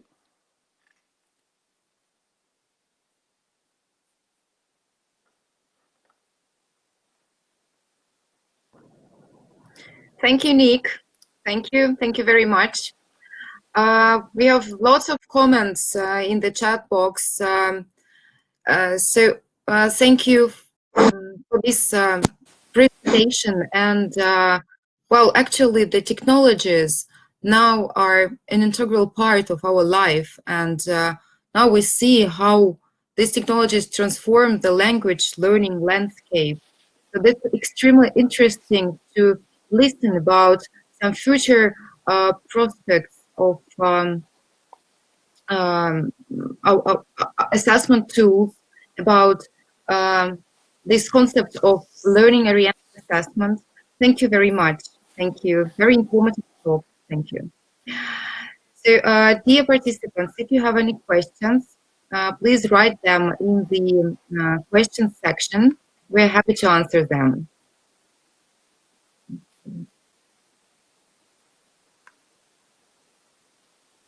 Hello, Sarah. Hello, Julia. Hi. How are you today? I'm very good, thank you. And you? Thank you. Thank you. It's extremely hot in Russia, in Moscow, about 30 degrees. Is it really? Yeah, as Nick said, I'm about 60 miles down the road from Nick, but it's been very wet here and a bit cool. Okay. I hope you enjoy it. Sometimes it's better than this heat. That's true, actually. It is true. Yes. So I'm uploading your presentation. So once again, thank you to Dr. Nick Saville. Thank you for his experience and expertise. That's a great honor for us to listen to this talk about research and future prospects of Cambridge Assessment English. Thank you, Nick. Sarah, I'm happy to welcome you, to introduce you to our audience. So Sarah Turner, Interim Head of Professional Development Qualifications, Cambridge Assessment International Education, and we're happy, we're excited to listen to your presentation using the Cambridge Teacher Standards to drive improvement. Sarah, you're welcome. Thank you so much. Thank you very much for having me. I'm afraid this is slightly less high-tech, everybody, this presentation. So but hopefully I will give you some really useful tools to think about and some really useful things that you can use practically within your own schools. So just a tiny bit of background to me. I've come a very sort of circuitous route into education, really. I started my career as a graduate with British Telecom and moved moved through into teaching, and this really is just an excuse for me to show you my glorious GCSE class there at the bottom. This is the last class that I had before I left teaching and moved to Cambridge Assessment, where I've been for the last 3.5 years. And in my time with Cambridge International, I've been fortunate enough to work on the Cambridge Professional Development Qualifications. We call them PDQs because that's a bit of a mouthful. But these are professional teaching qualifications for teachers and school leaders. And we have a whole suite of them. That's the other little picture that I've put at the bottom there. And they are a way in which teachers and leaders, not just in Cambridge schools, but beyond Cambridge schools, can gain qualifications to help them to be more effective practitioners. So what I'd like to cover today then is I'd like to look at something else that I have responsibility for, which is not just the PDQs, but the Cambridge Teacher and School Leader Standards. And I'll tell you a bit more about those in just a second, but I want to think today then about the way that we can use them as a tool to help teachers self-evaluate. And I want to think about why self-evaluation itself is important for teachers and for school leaders, and why this is something that we can use to support improvement and to drive that forward. And the Cambridge Teacher Standards really are there as a tool that can be used as a starting point, but then also as something that you can use to measure that improvement as you go forward. So let me tell you a little bit more about that. If you were in my colleague Martin's presentation earlier on today, you may well already have seen this diagram. So this is the Cambridge pathway. These are our qualifications through from primary right the way through to advanced, and that sort of slim purple strip at the bottom there is where I fit into the organisation. So all of our Cambridge professional development supports the way in which teachers deliver our qualifications. So some of our qualifications are to do with the actual syllabuses, you know, they're to do with understanding how you go about teaching the content, but then some of our professional development is around the way in which it's taught, so the strategies, the key concepts that you might use in order to deliver Cambridge qualifications. And as I say, the PDQs come into that as well. I can see somebody's just asked about giving certificates, and yes, you do get a certificate with the PDQ. It's a formally assessed qualification by Cambridge. So within all of that then fit the teacher and school leader standards. And these were developed around about 2 years ago now, and it all sits on the Cambridge International website. The easiest way often to find the standards is simply to go onto the Cambridge International site and put into the search bar the standards, and these will come up, because not only are the standards documents there, but there's also a range of tools that you can use, which we'll talk about later on. So the idea really behind the standards is that they give us a really good idea of what good looks like. What does it mean to be a really effective classroom practitioner? What does it mean to be a really good school leader? And these standards then help people to think around the things that are really important as far as that's concerned. And I can just see that I did have the foresight to put the link at the bottom there if you have access to the slides later. Today, though, I wanted to focus very much on the Cambridge Teacher Standards and think about how they would be useful, and think about how they can then be used in order to self-evaluate, which is what we'll move on to. A little bit more information about the standards themselves. If you can see the slide very clearly, you'll notice that standards 1 to 4 are very much about what you need to know to be a good classroom practitioner, whereas standards 5 to 8 are very much about what you need to do. So there's a real balance between knowledge and practice and how they work together in the classroom. And what's been important in the development of the standards is that we've gone really global with them. So we've gone into other systems and we've looked at their teaching standards. We've worked with our principal examiners for the PDQs, because that was important as well. They did come after the PDQs, but what we've done is we've kind of retrospectively made sure that they're built in to the qualifications themselves, so that if you're working towards your PDQ, you are along the way meeting the teacher standards. So yeah, a lot of work went into them, and they're slowly becoming to be popular and to be used, and we're slowly beginning to gather evidence for how they're being used in Cambridge schools. So beneath each one of those teacher standards are a set of standard statements, and I picked on standard 6 there, which is demonstrate innovative and effective classroom practice. And you can see that it's broken down then really into quite specific elements there. And the one perhaps that is most pertinent to us today is 6.6 at the bottom, to do with the evaluation of learning programs. Now, at the moment, these really are statements, aren't they? They're statements about good practice here, and things that you would want to aspire to. And anybody that's been through any kind of formal teaching qualification will probably be fairly familiar with things like this, because they're the items that you need to make sure that you're achieving as a teacher, you know, kind of trying to improve your practice. So thinking then about how we might be able to use these things, the idea then is that we take the standards and we use them as a tool for helping us to self-evaluate. And of course, self-evaluation is really key because it's a way in which we can reflect on our practice. And as soon as we start to reflect on our practice, we can think about what we need to do to make it better. We can think about what we did that was really effective and that we need to build on to be better.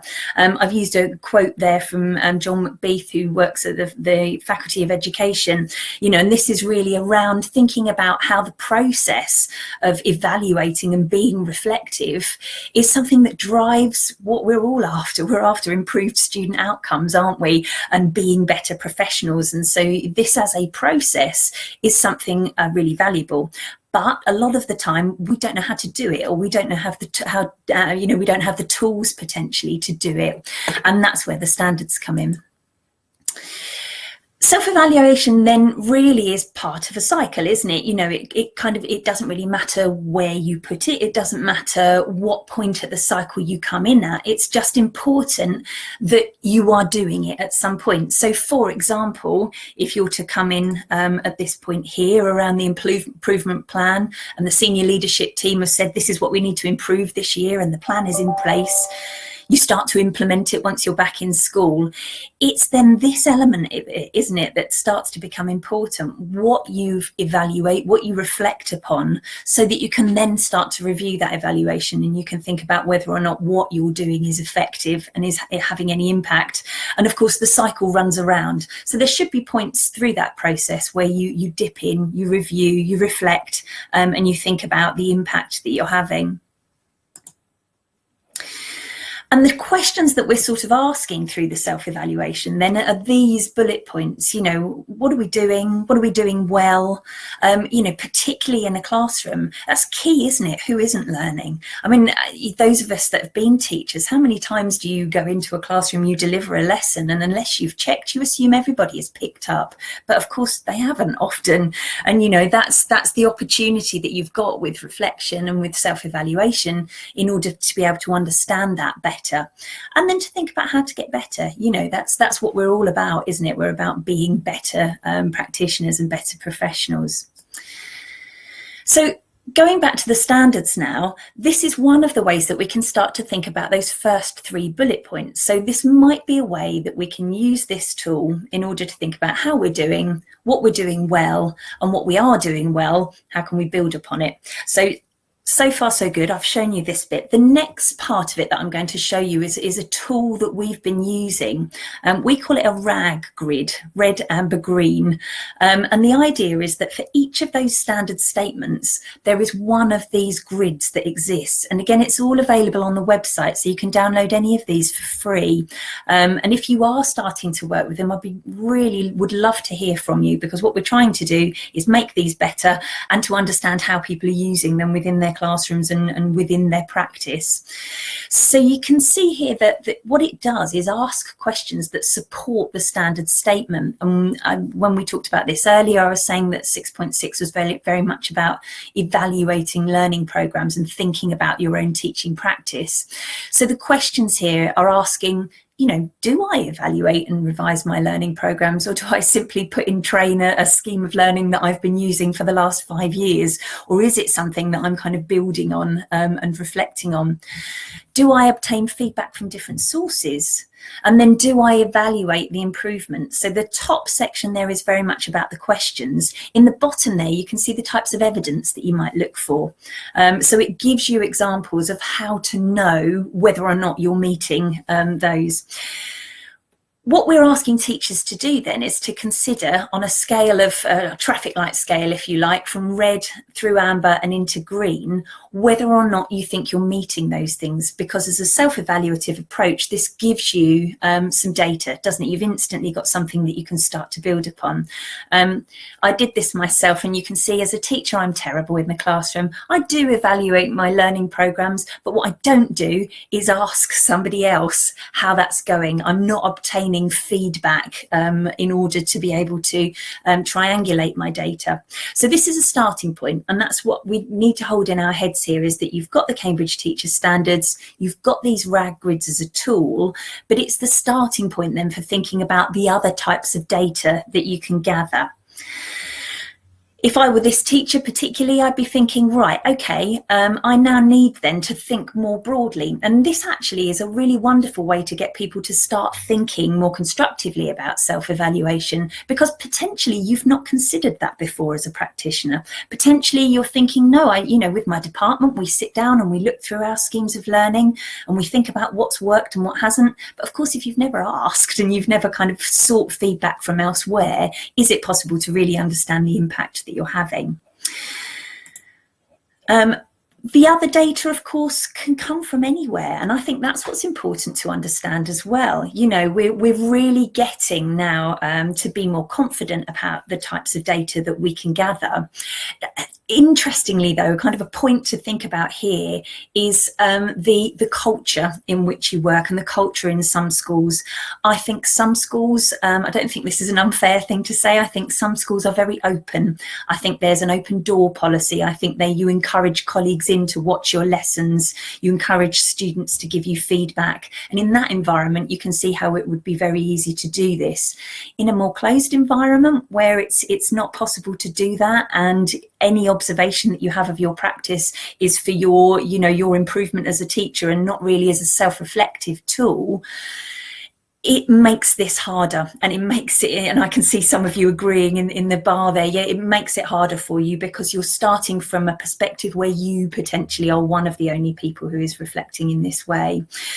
But as I say, this demonstrates really that we can collect data from the students all the way up to the system level, but equally we can be collecting data from the system level down. And all of that can be taken into this self-evaluative process.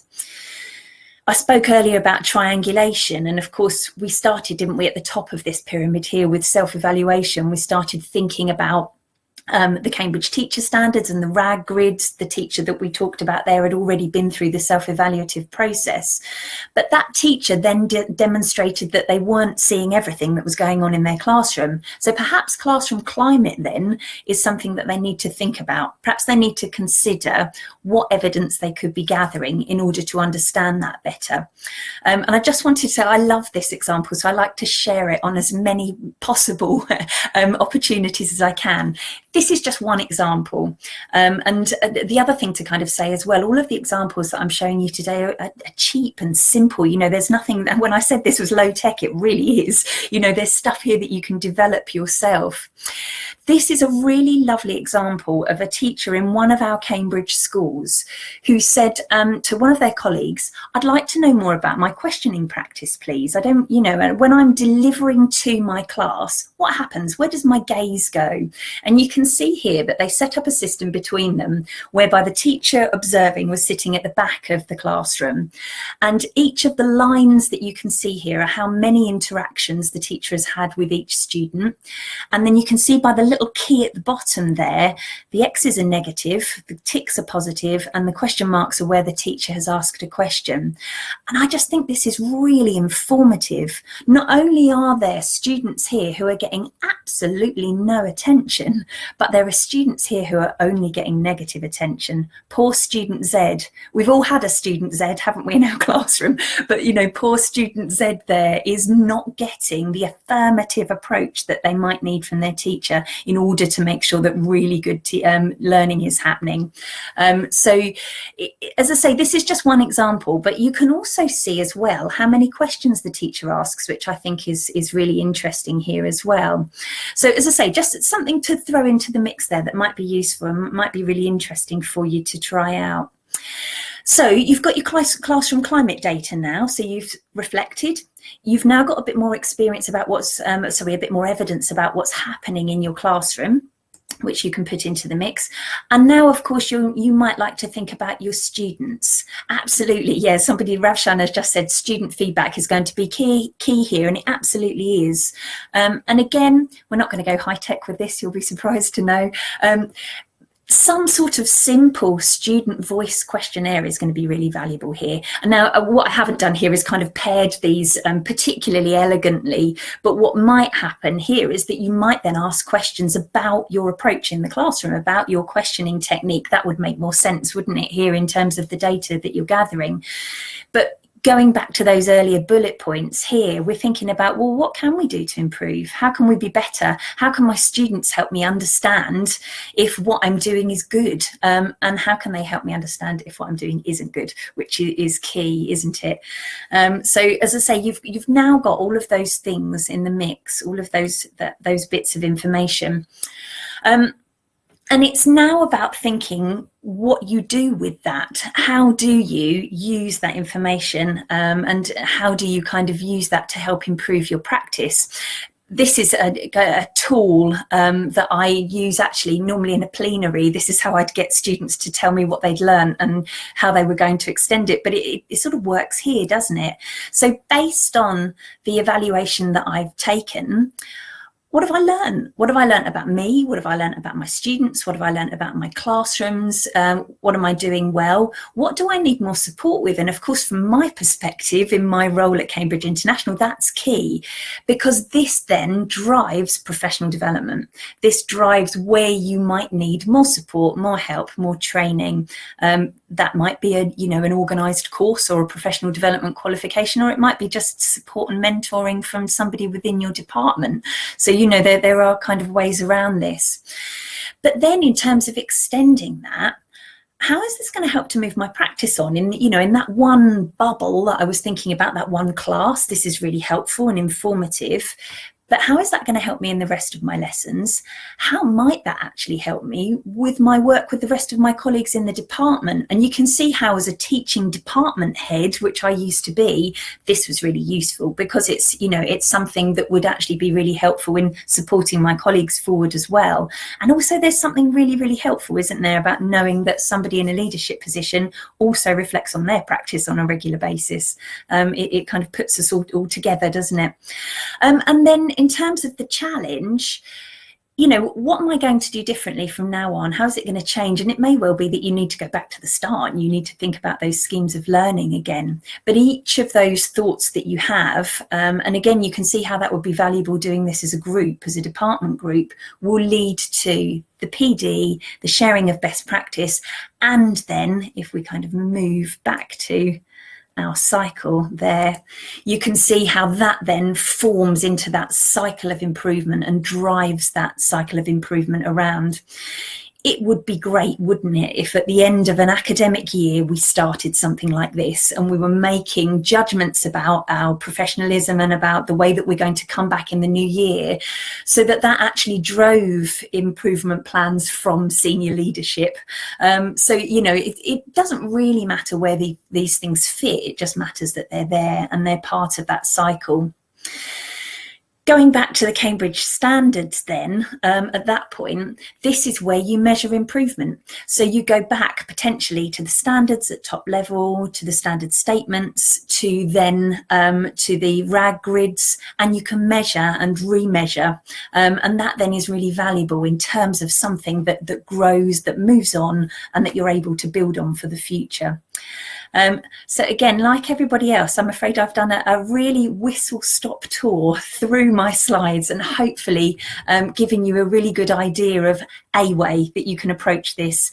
Please do visit the Cambridge International website. Please do download our standards and look at our RAG grids, and please do feedback. I'd love to hear from you. That would be great. Thank you very much for your time.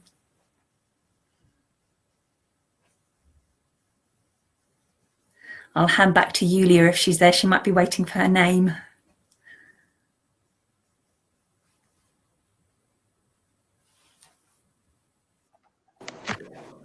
Thank you, Sarah. Thank you. Sorry, I was very fast. Everything is perfect, no worries.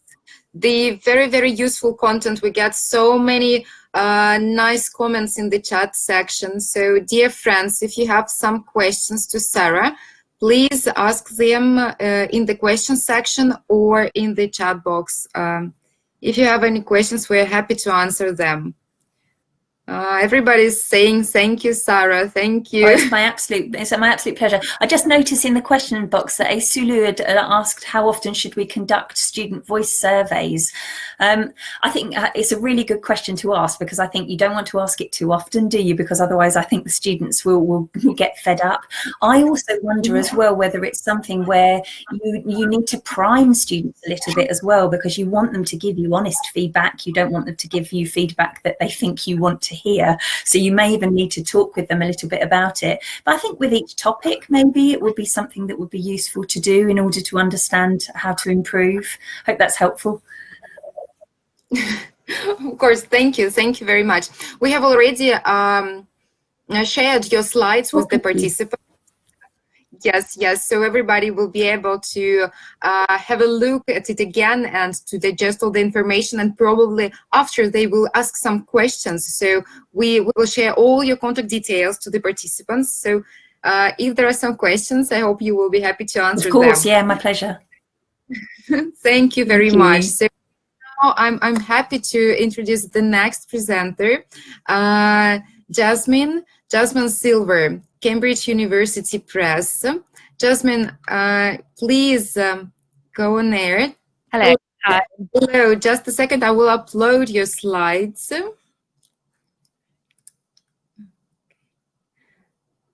Thank you for joining us today. Thanks for having me. Thank you. Can you see your slides? Yes, yeah. Okay, perfect. So you're welcome.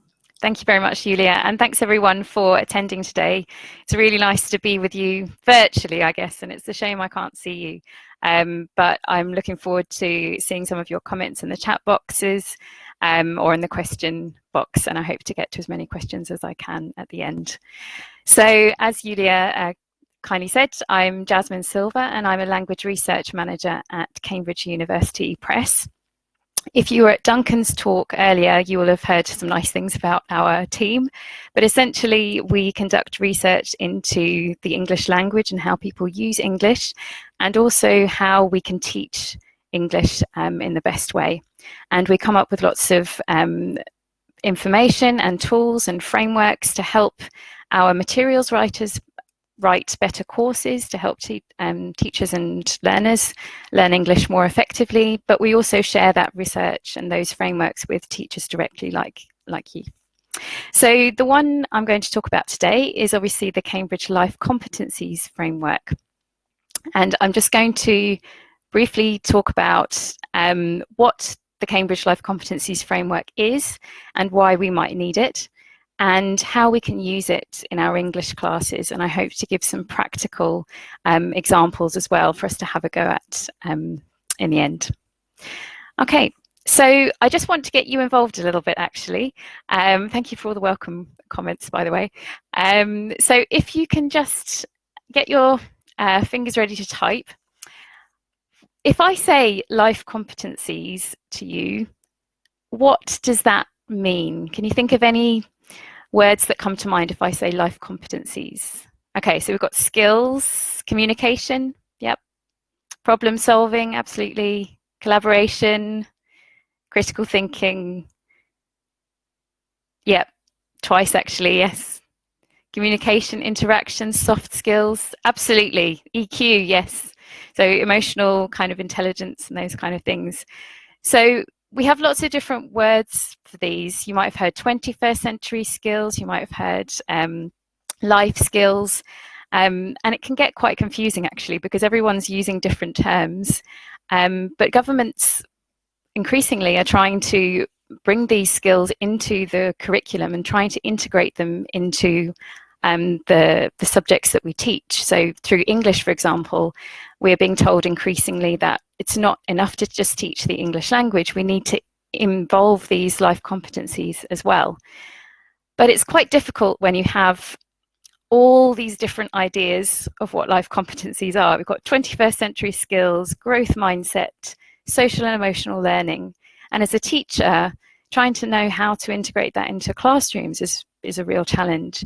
So that's where the basis of our framework has come from. We really wanted to build a framework to help teachers make sense of the important life competencies that they could integrate into their English language classes, and help them use this framework to help them develop their own skills and develop their skills in their students. So the three things we wanted to do is to have a breadth of skills in one system. So instead of having to go to lots of different places, you can find all the skills in one framework. The second one here is that we wanted to show how it would be different for different age groups and different stages of learning. So what does critical thinking look like in a 5-year-old compared to a 25-year-old? A lot of the frameworks we see are more aimed at the end point, so what you can do as an adult. But we wanted to kind of show how it might build up over different age groups. And finally, we wanted to include a depth of detail. Again, we found that lots of places were talking about life skills, but in quite an abstract manner, and it was quite difficult to translate that into how we could use that in teaching. So we've tried to give a level of detail there that teachers can take and use to plan lessons or use to assess their students. So let's have a look at what the top level of the framework looks like. So a lot of these will look familiar to you. You typed them in the chat box earlier. We have come up with 6 main competencies: creative thinking, critical thinking, learning to learn, communication, collaboration, and social responsibilities.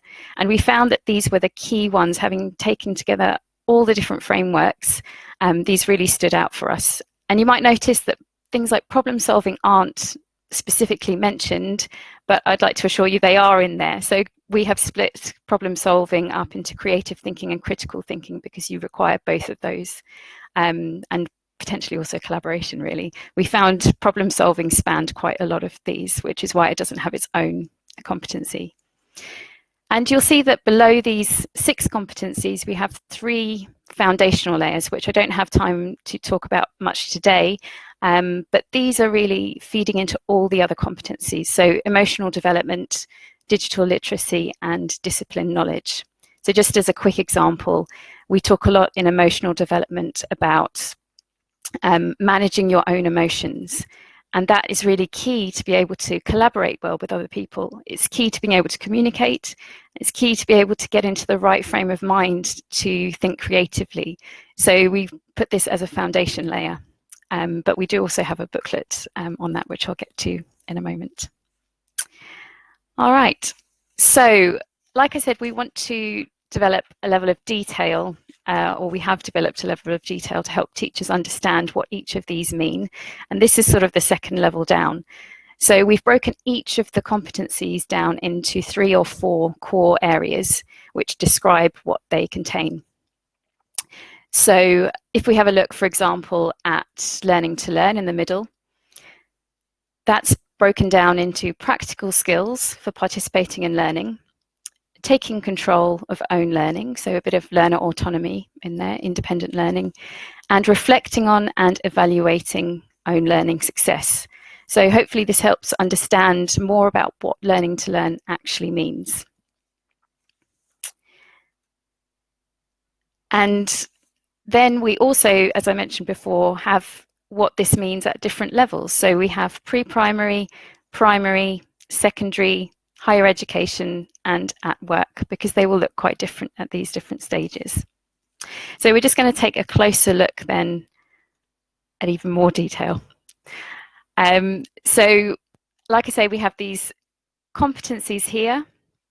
We have the core areas, which are for each, are the same for each stage of learning. And then for each of these individual stages, we have particular can-do statements that reflect what it means in the classroom for these learners. So I'm going to take learning to learn again as an example. And I'm going to take the core area, taking control of own learning. And I'm just giving you a few examples. You can download the full set. I'll give you the link in a minute. But these are just a few examples to show you how they might be different in different settings. So in pre-primary, obviously, this is going to be at quite a basic level. And it would be things like asking the teacher for help. So as a teacher, you might then try to include the language that you're teaching your students so that they can ask for help in English. At primary, you can identify the learning objectives for the lesson or task, which is the first stage to really being able to be independent. If you know what you're trying to achieve, that's really key. In secondary, a bit more complicated again. So you produce a revision plan to focus on the key skills in a systematic way. At higher education, you're being more independent in finding study skills, study aids to help you in different language learning skills. And at work, you're setting achievable language learning goals and you're being more independent in that. So as I said, these are just some examples. If you want to download the full set for any stage of learning, then you can go onto our website, which is cambridge.org/CLCF, which stands for Cambridge Life Competencies Framework. And there you can download the full resources. You also have some videos on there, including, you might see me, I'm in some of the videos, but the whole of the language research team are there giving short summaries of what each of the competencies is really about. All right, so we've looked at what the framework is in a very brief way. I understand that this is very, very a whistle-stop tour, as Sarah was mentioning before, but I just wanted to talk about how we might use these, the different ways that we could use the framework. So first of all, in terms of planning a curriculum, having this level of detail for each of the stages of learning and for each of the life competencies means that we can take these and use them to plan a curriculum. So you can integrate them into the classes that you would be using to teach English and look at how they might fit in your current curriculum. Secondly, we can use the framework to design tasks. So obviously in Cambridge University Press, we're producing a lot of course books to teach English, and increasingly we have been using the framework more and more to design tasks that bring out these life competencies at the same time as developing English language skills. But of course, you can use those as a teacher if you're developing your own tasks alongside a course book. You can use the framework in that way as well.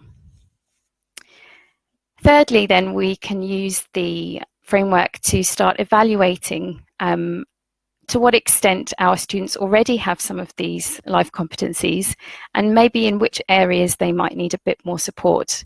And then we can tailor our classes to maybe focus a little bit more on those skills that our students need to develop. And finally here, teacher development. So the framework, and especially the booklets, are aimed at giving teachers a really good understanding of what these life competencies are. And in that way, once you have a better understanding of what they are, it's much easier to be able to see opportunities to integrate the life competencies into your everyday teaching.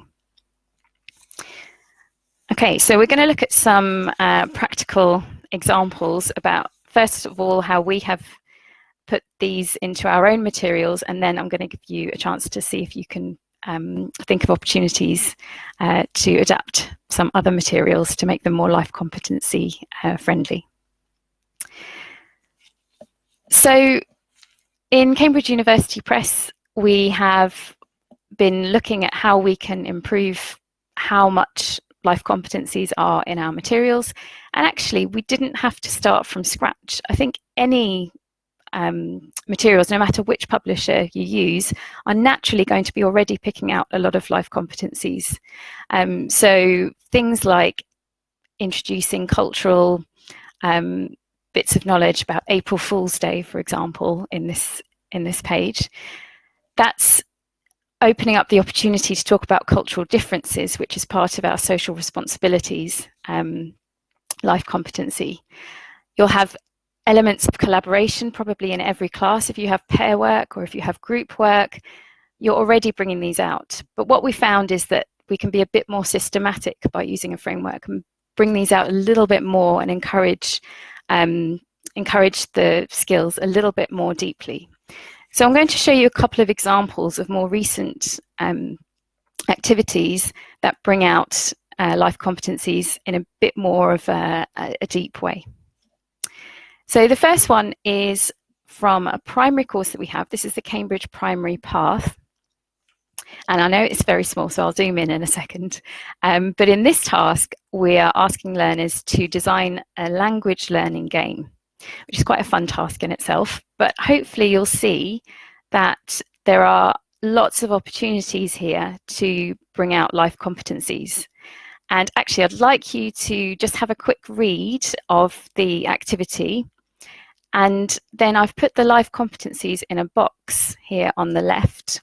And I know I haven't explained them in lots of detail, but hopefully you can start to see where those life competencies are in these materials. So if you just want to type in the chat, if you notice which life competencies are brought out, that would be great. So just type in the name of a life competency if you see it.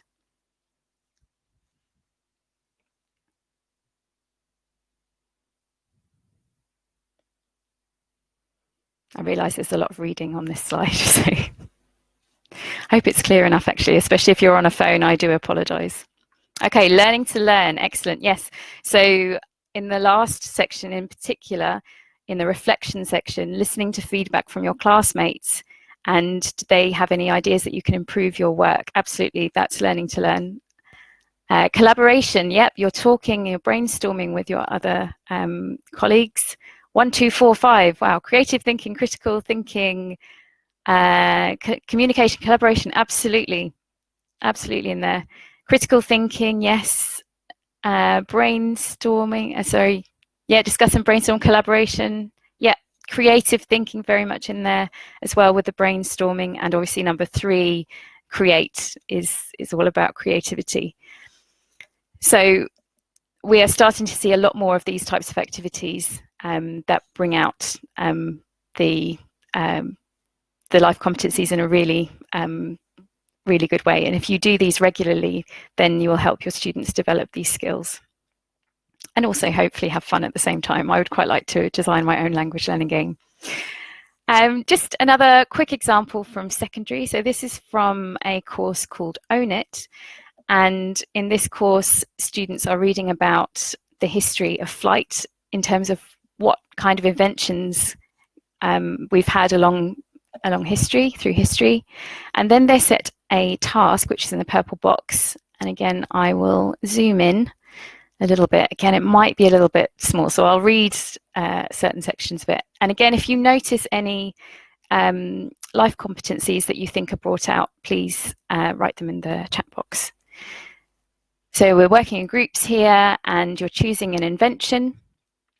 And in your group, you're deciding which tasks you need to do together. You need to set some deadlines. You need to decide who's going to do what. You're going to research the information you need, and you're going to make pictures or find them for your timeline before presenting it to your students and having a look at what other students in the class have done.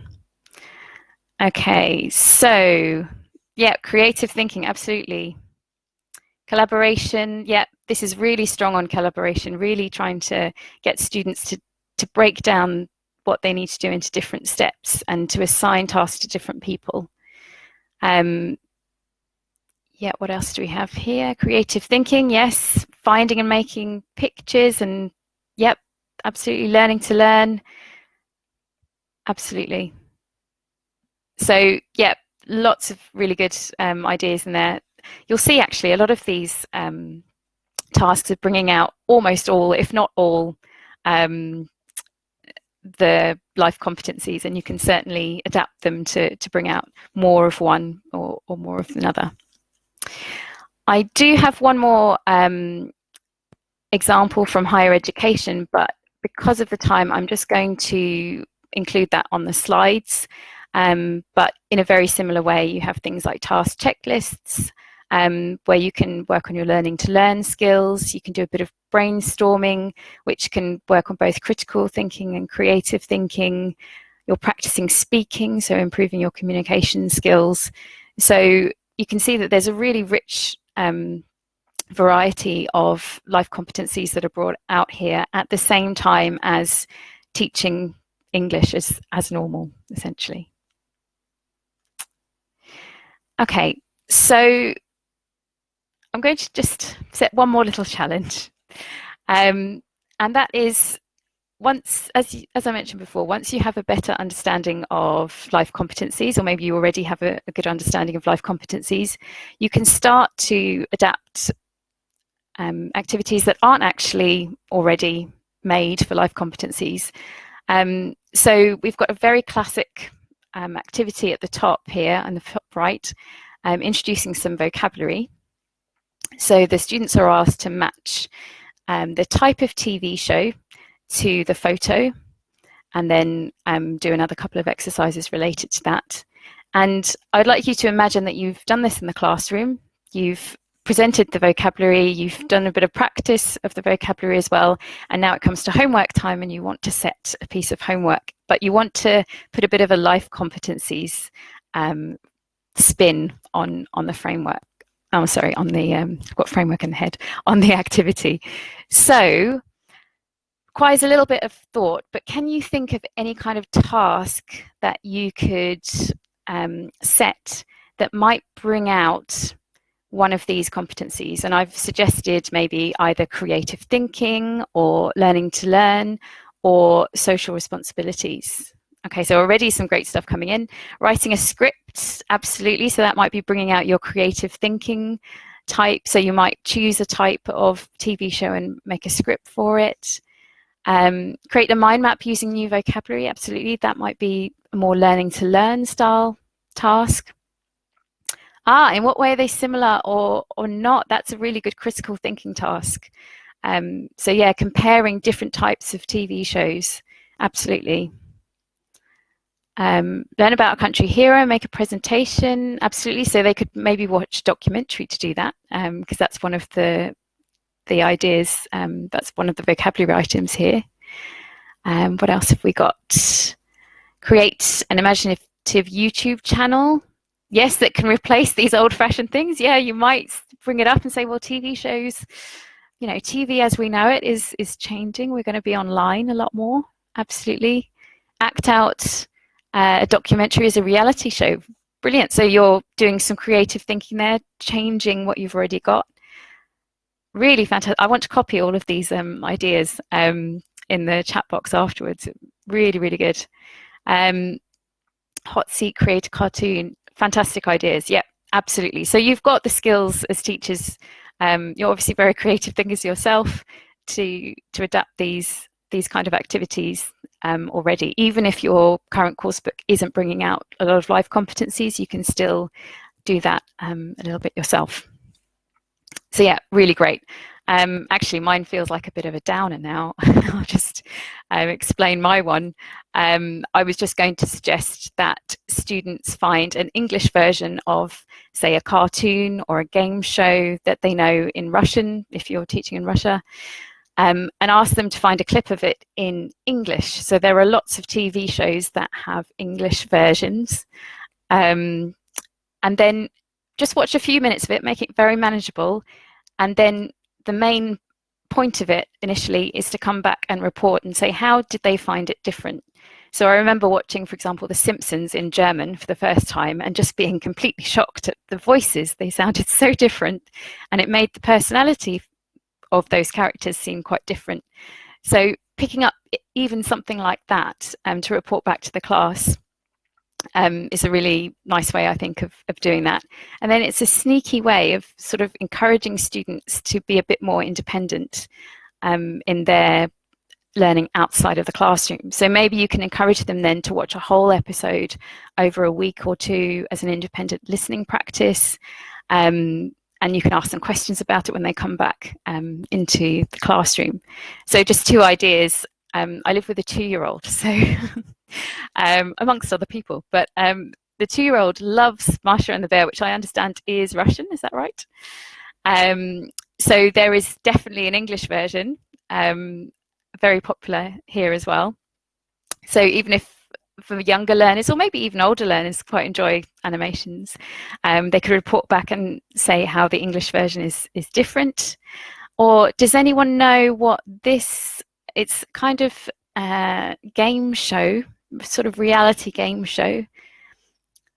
Does anyone know what that is? It's something to do with eating. Yeah, a lot of love for that cartoon. I'll put you out of your misery. It is, in English, it's called Come Dine With Me. And I believe the Russian version might be called Perfect Dinner. So this is where contestants take it in turns to host a dinner party, and then they have to put on entertainment. They have to have 3 courses, and then each of the guests vote on who has the best, and then the best one wins some money. But it's quite funny because things go wrong in the kitchen and people get very stressed, and the entertainment is sometimes a little bit strange. So it's quite an entertaining show, maybe for slightly older learners. So yeah, those are just some ideas, but the ideas that were in the chat were absolutely brilliant as well. All right, so just as a last kind of reflection exercise, you can share if you want, or just think about yourself. But I thought it would be nice to think of a class that you teach, or if you're not currently teaching, maybe a class that you've taught in the past. Which kind of life competencies do you think you're already teaching to some extent? Again, I've put them at the bottom. And then maybe think about which life competencies you would like to integrate more in your classes, that you think, actually, I would like to do more in terms of collaboration. Maybe I want to teach my students a little bit more about the skills that will help them collaborate well, not just saying working groups, which I know we're all guilty of, but maybe supporting them a bit more in how they can work well in groups. So yeah, critical thinking, come up twice already, yeah, but creative thinking, absolutely. Collaboration, critical thinking, yeah, social responsibilities would be better to develop.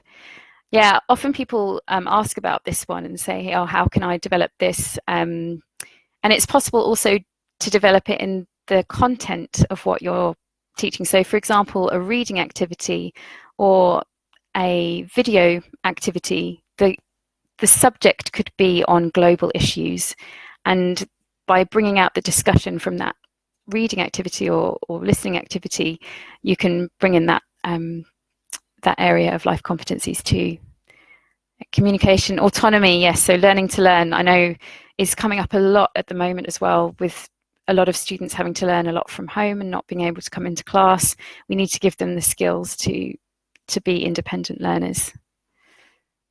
Yeah, absolutely. So a lot of, actually almost all, if not all of them have come up, and it will be different. I think different teachers and different students will need different, need to focus more on one than the other potentially, because they already naturally do say a lot of critical thinking or a lot of communication already. They might want to focus on others.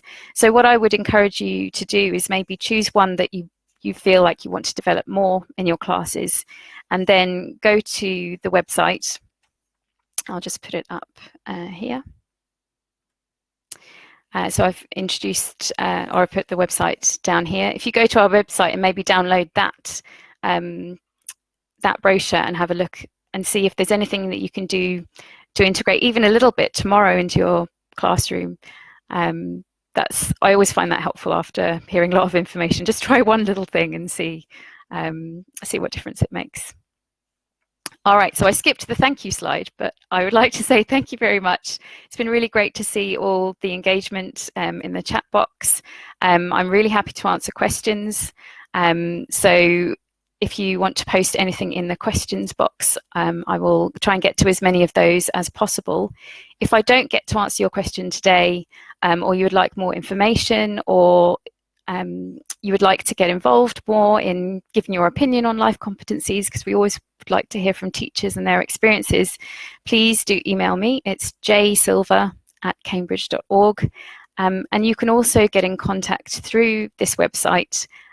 You'll see there's a button to express your interest in life competencies, and you can take a survey, or you can just let us know that you would be interested in being contacted if you want to get more involved in the process. We're constantly developing the framework to improve it and to add more features, to give more teacher guidance and assessment guidance. So as much input, we're really keen to have as much input as we can from teachers. So thank you very much. Thank you, Jasmine. Thank you for this fantastic presentation, and thank you, Cambridge University Press, for creating this project and this Cambridge Life Competencies Framework. This is what really teachers need to understand how to help their students succeed in the future and in this fast-changing world. Thank you very much for this support that you give to these teachers, to our teachers. Thanks a lot. So, dear friends, if there are any questions, we are ready to answer. If not, we will continue. We are ready to continue. So now it's time for sharing best practice.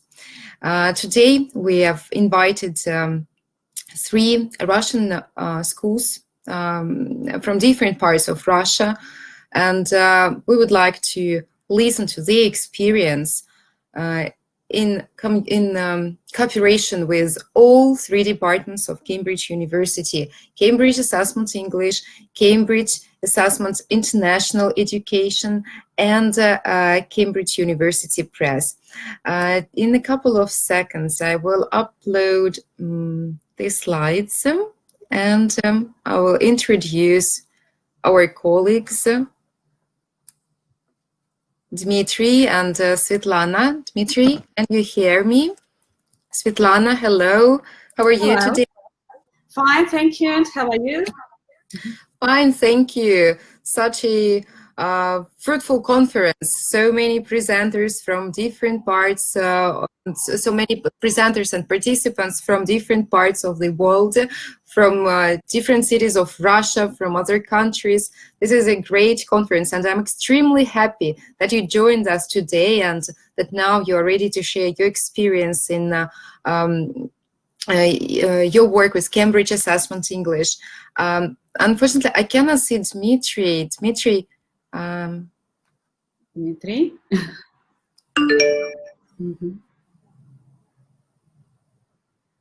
Okay, Dmitry, where are you?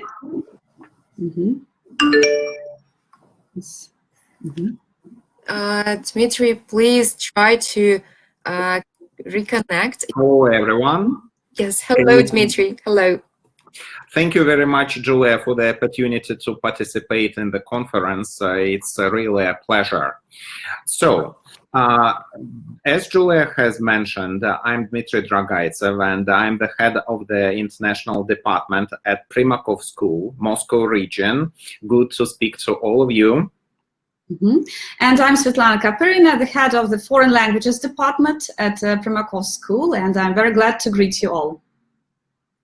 Our talk is in 2 parts. I'll start with a background of our school, and Svetlana will finish with the outline of the Cambridge exams in our academic program. If there's anything you are not clear about, please feel free to ask your questions in the questions section. We'll be happy to answer them. Our school proudly bears the name of Yevgeny Primakov, who was an outstanding Russian scientist, politician, and diplomat. He always thought globally, while the unconditional priority for him was serving this country. That is how we see our graduates. In the photo, you can see our school administration, and to the left is Maya Maisuradze, our headmistress, and we also can see her deputies. Now, some figures. In total, we have 900 students. Most of them are primary and secondary school students, and around 1/3 of them are our kindergarten children. We have one building for all sections of our school. You can see it in the photos. Here's our playground, our swimming pool, our stadium, our gyms, some of our arts and crafts classrooms, and our chemistry classroom in the lower right-hand corner. Our mission is creating a motivating learning environment for educating leaders who make a difference in the world. Our school values are respect, global mindset, integrity, resilience, excellence, and perseverance. We want our students to possess the following traits, and we do our best to develop these attributes in our students. Our students are thinkers, they are balanced, they are communicators, inquirers, they are principled and caring, they are risk takers, and they are proactive. We are a selective bilingual school. We work on the basis of the Russian national curriculum. We are also an IB certified school. We have the following departments: primary school, literature and Russian language, foreign languages and international department, healthcare, fitness and sports, arts and culture, mathematics and computer science, science, and social sciences. We divide our school year into modules, and each module normally lasts 7 weeks.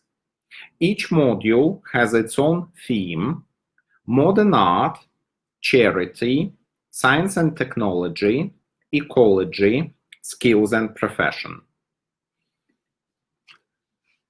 Each module has the following structure: the values week, the leadership week, the sports week, the family week, the knowledge week, the creativity week, and the school community week. We have the house system, and all our students of grades from 5 to 11 are members of one of the 4 houses. In the photo, actually in the photos, in the photo collage, you can see our house areas. We have themed assemblies weekly. They are bilingual. One of our school events is called 100 Questions for a Leader. We invite noted professionals to our school. They tell students about their work, and students ask them questions. We have quite a few after-school clubs. Our students do a lot of projects, including international projects, for instance, MUN. Some of our projects are related to science. We also have a diplomatic club. During our summer session, we do different activities aimed at developing soft and digital skills of our children. Academic performance is controlled by a number of measures, such as Russian national exams, end-of-year exams, teachers' reports, Olympiads, and of course the Cambridge exams. Svetlana is going to tell us about the Cambridge school, about the Cambridge exams in our program. Svetlana? Thank you, Dmitry.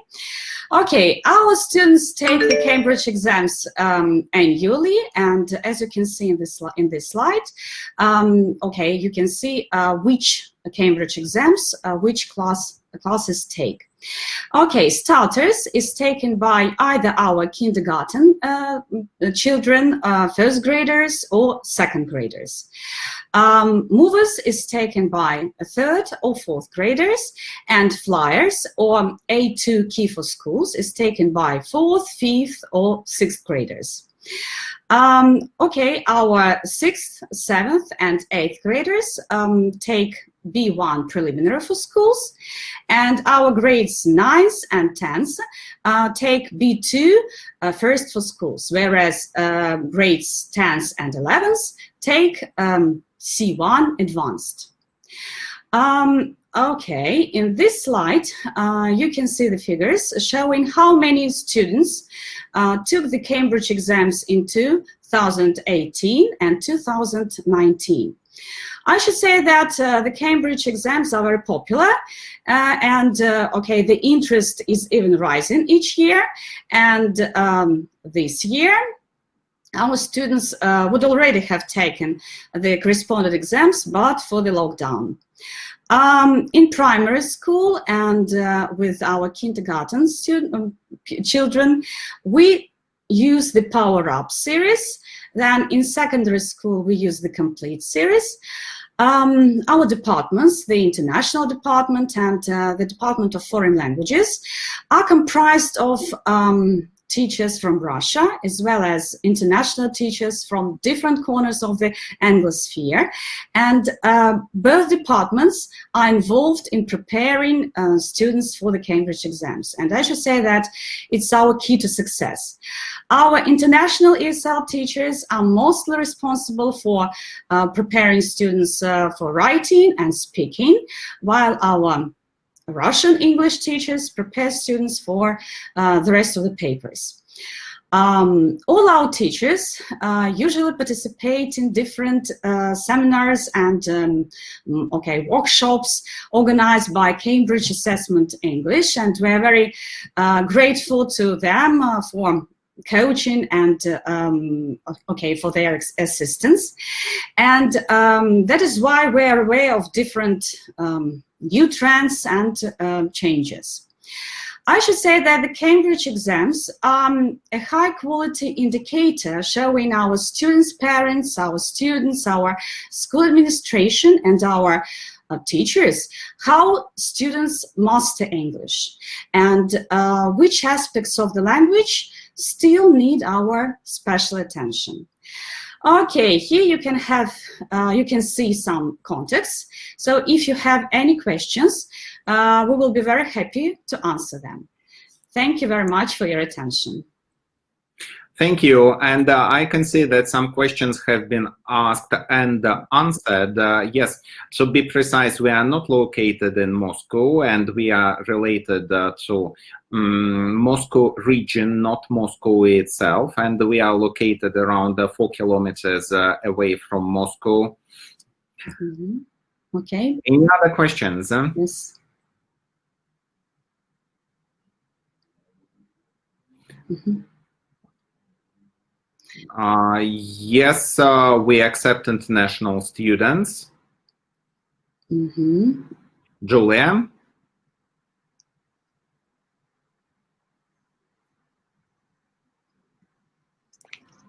Mm-hmm. Thank you very much, Svetlana and Dmitry. Thank you for sharing your experience. In a couple of seconds, I will share your slides with the audience because I see some requests that by the participants of our conference want to have a closer look at the presentation and the slides. thank you for preparing students for Cambridge English exams. And this year, your school became the best preparation center. So this is a great honor for us that your school, your teachers are preparing students for Cambridge applications, and you help your students prove their skills to the world. This is fantastic. Thank you very much. Thank you. Thank you very much. It's a pleasure. If there are no more questions to Dmitry and Svetlana, I'm happy to introduce our next presenter, Damien Butters. Damien.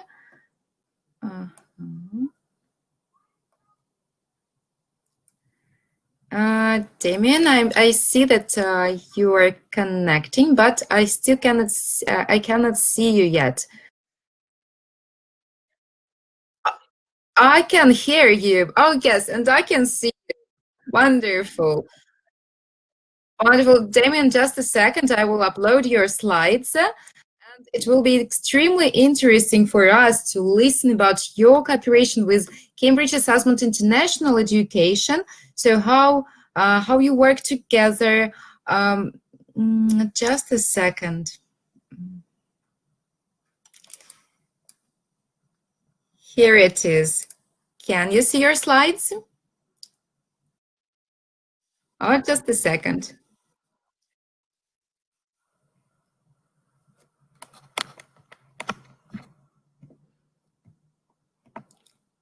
Can you see your slides now? No? Okay. Maybe it's, you should try to reload the page. Please click on the F5. Just reload this webinar page. Yes.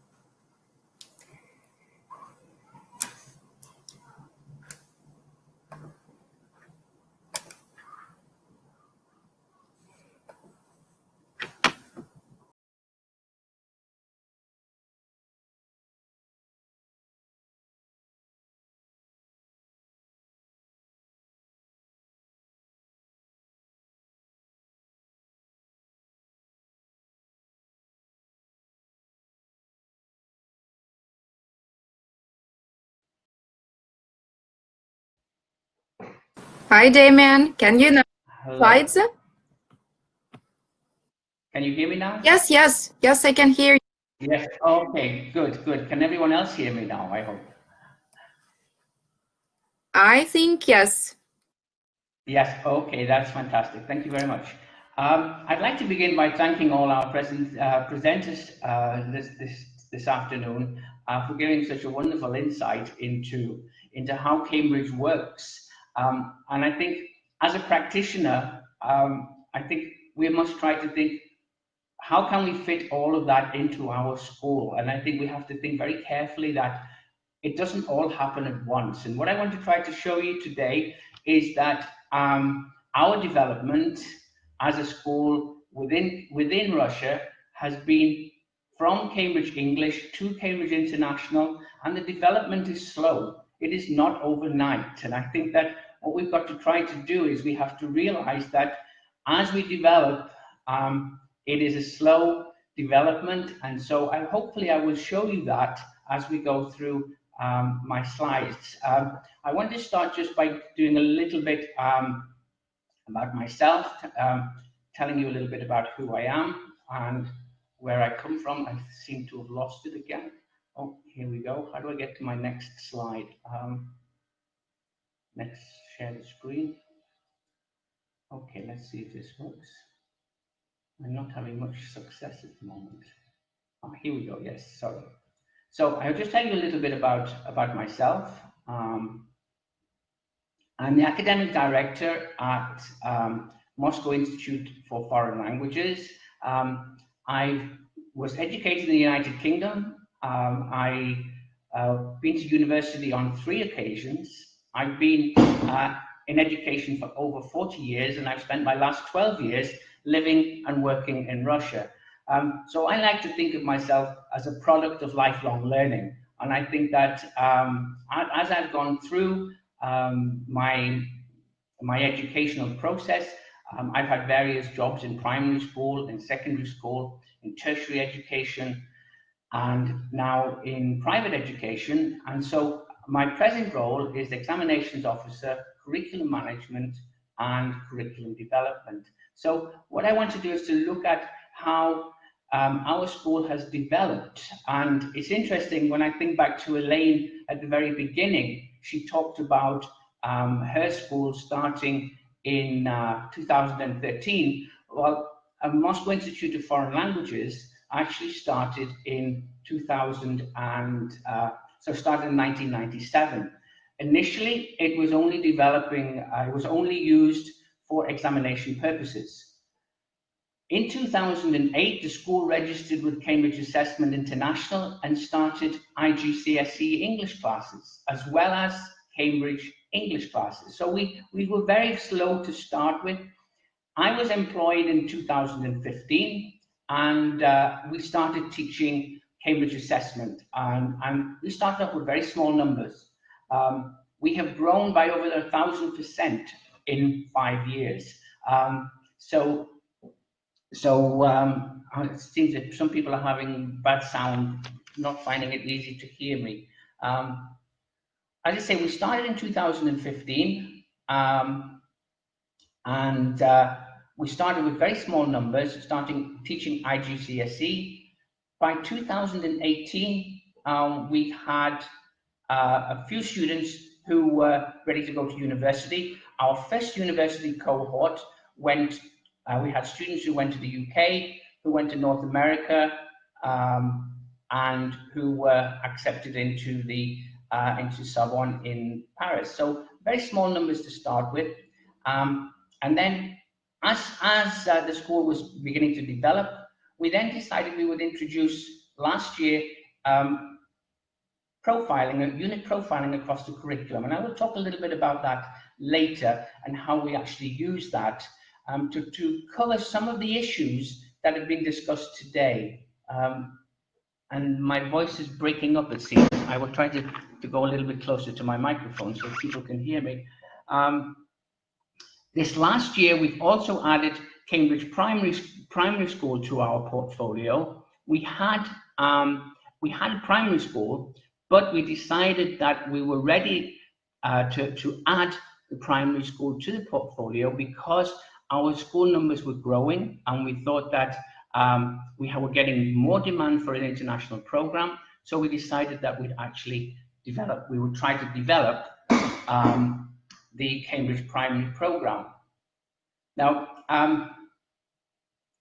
if we look at where our students are, because I think what we were talking about earlier was about how students study in Russia, and try to think about what type of students we get and how they fit into Cambridge English and the international program, having come from different parts of the world. And if you have a look at our map, you will see that we have students from North America, we have students from Europe, we have students from the Middle East, from Kazakhstan, from Russia, from Southeast Asia, in Vietnam and Korea, and students from Australia. Now, these students, the students that we get from who are Russian students are students who are not English-speaking students.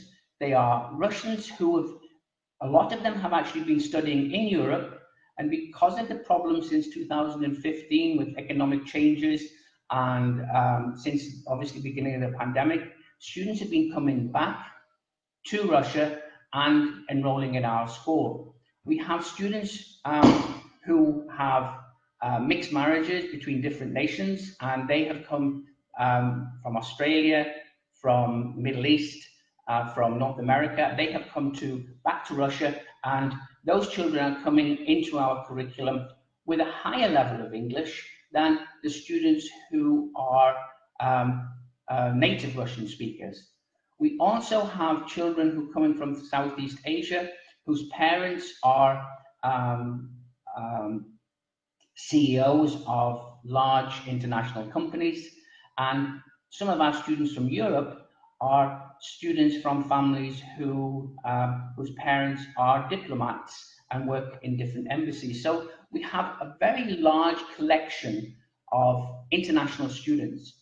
And when we initially assess all our students, we have found that over 90% of our students have very high competencies in nonverbal learning, in spatial awareness, but when it comes to their language skills, they're nearly all average or below average. So we have a very low starting point, and we've got to try to prepare these students for IGCSE or English.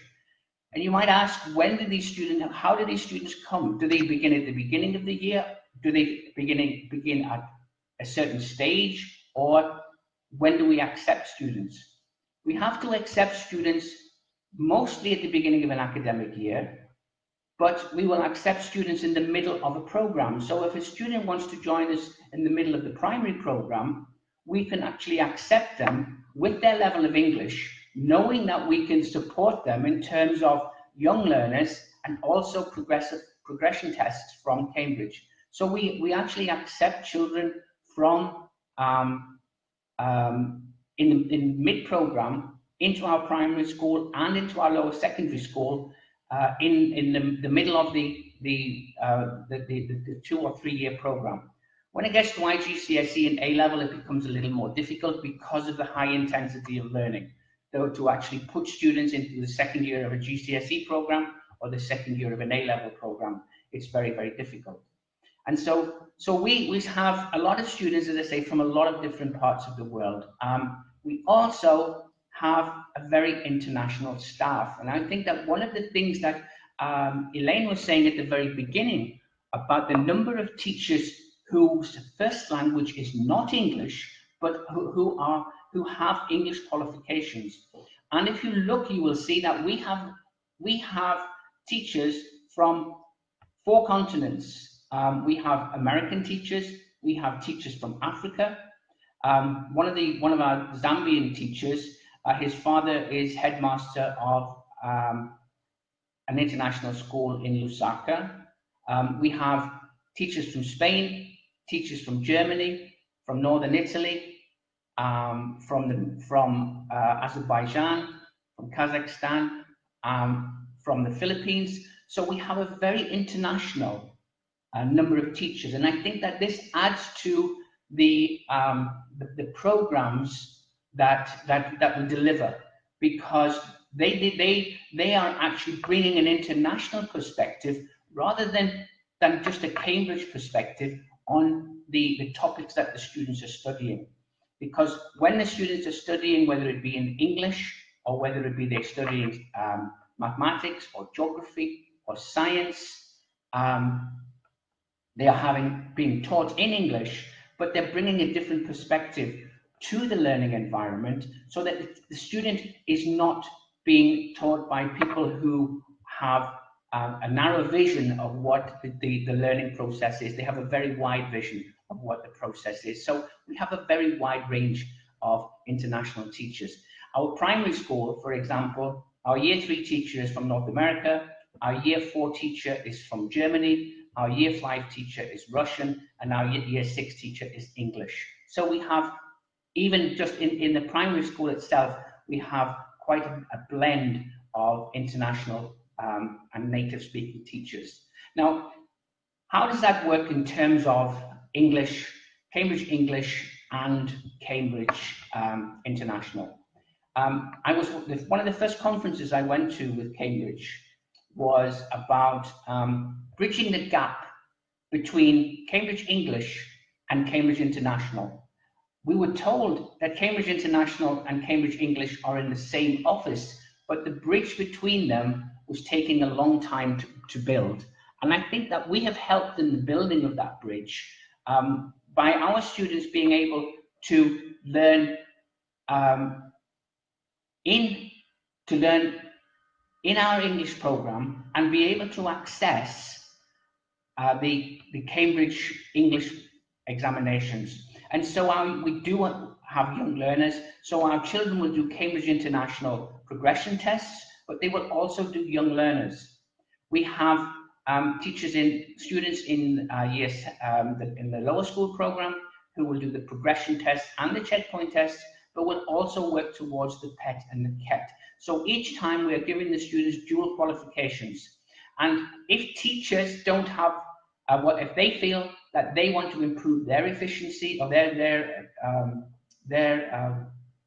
level of English, then we allow them to study, and they take certificates, and they will have a group of teachers who have actually just done the advanced English certificate. So we have, a very, very wide scope for qualifications within our program.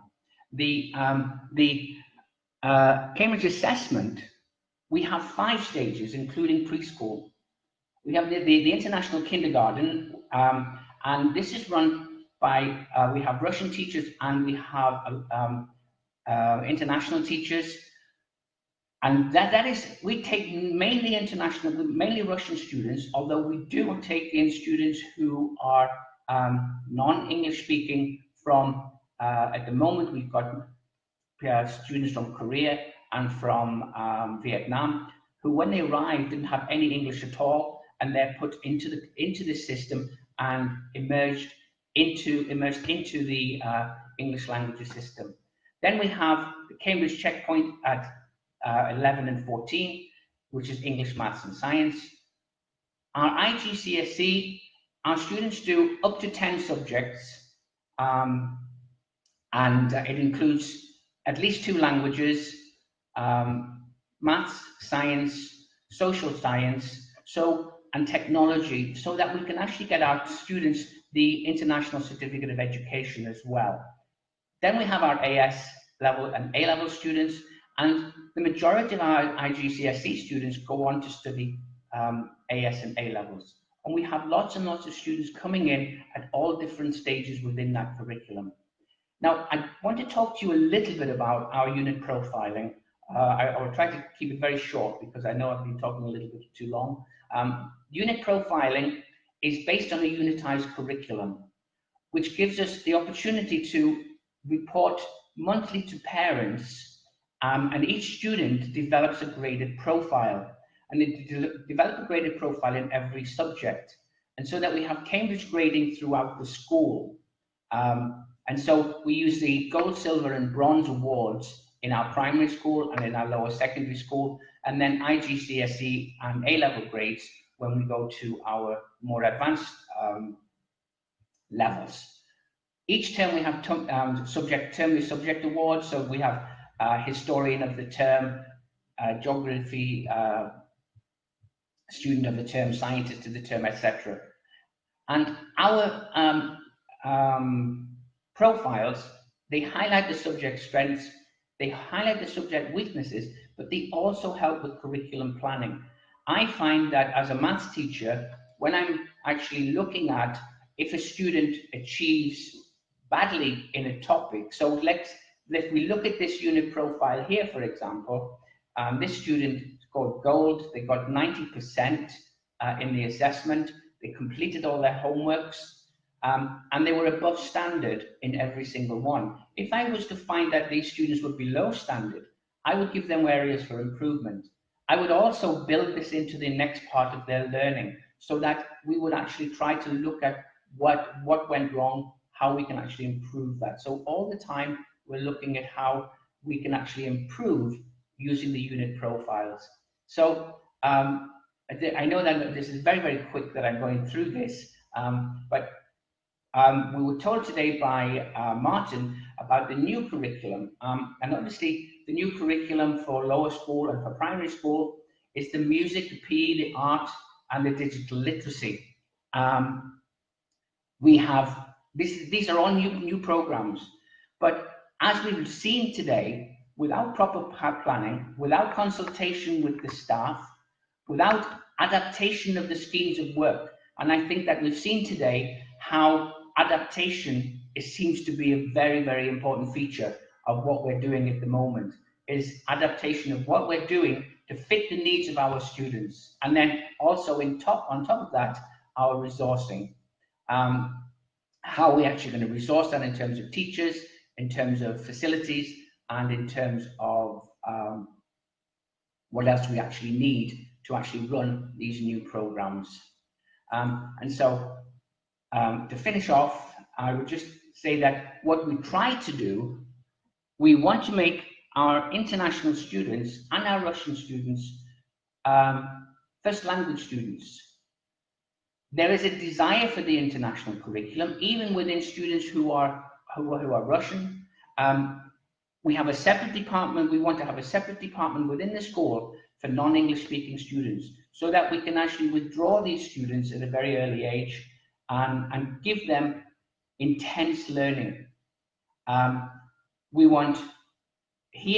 need to have early enrollment for natural development. The younger we get the students, the more likely they will succeed.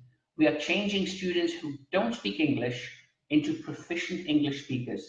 And the sooner we get them, the quicker we will actually get them to be more native speaking. And so we work together with our Cambridge English.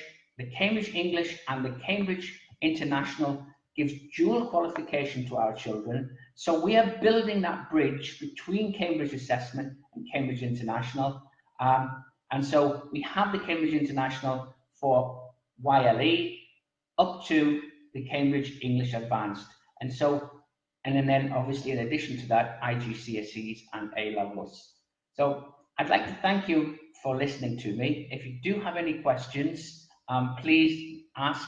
I'm very happy to answer any questions you may want to ask me. And again, I want to thank Julia for allowing me to do this presentation. Thank you very much again, Julia.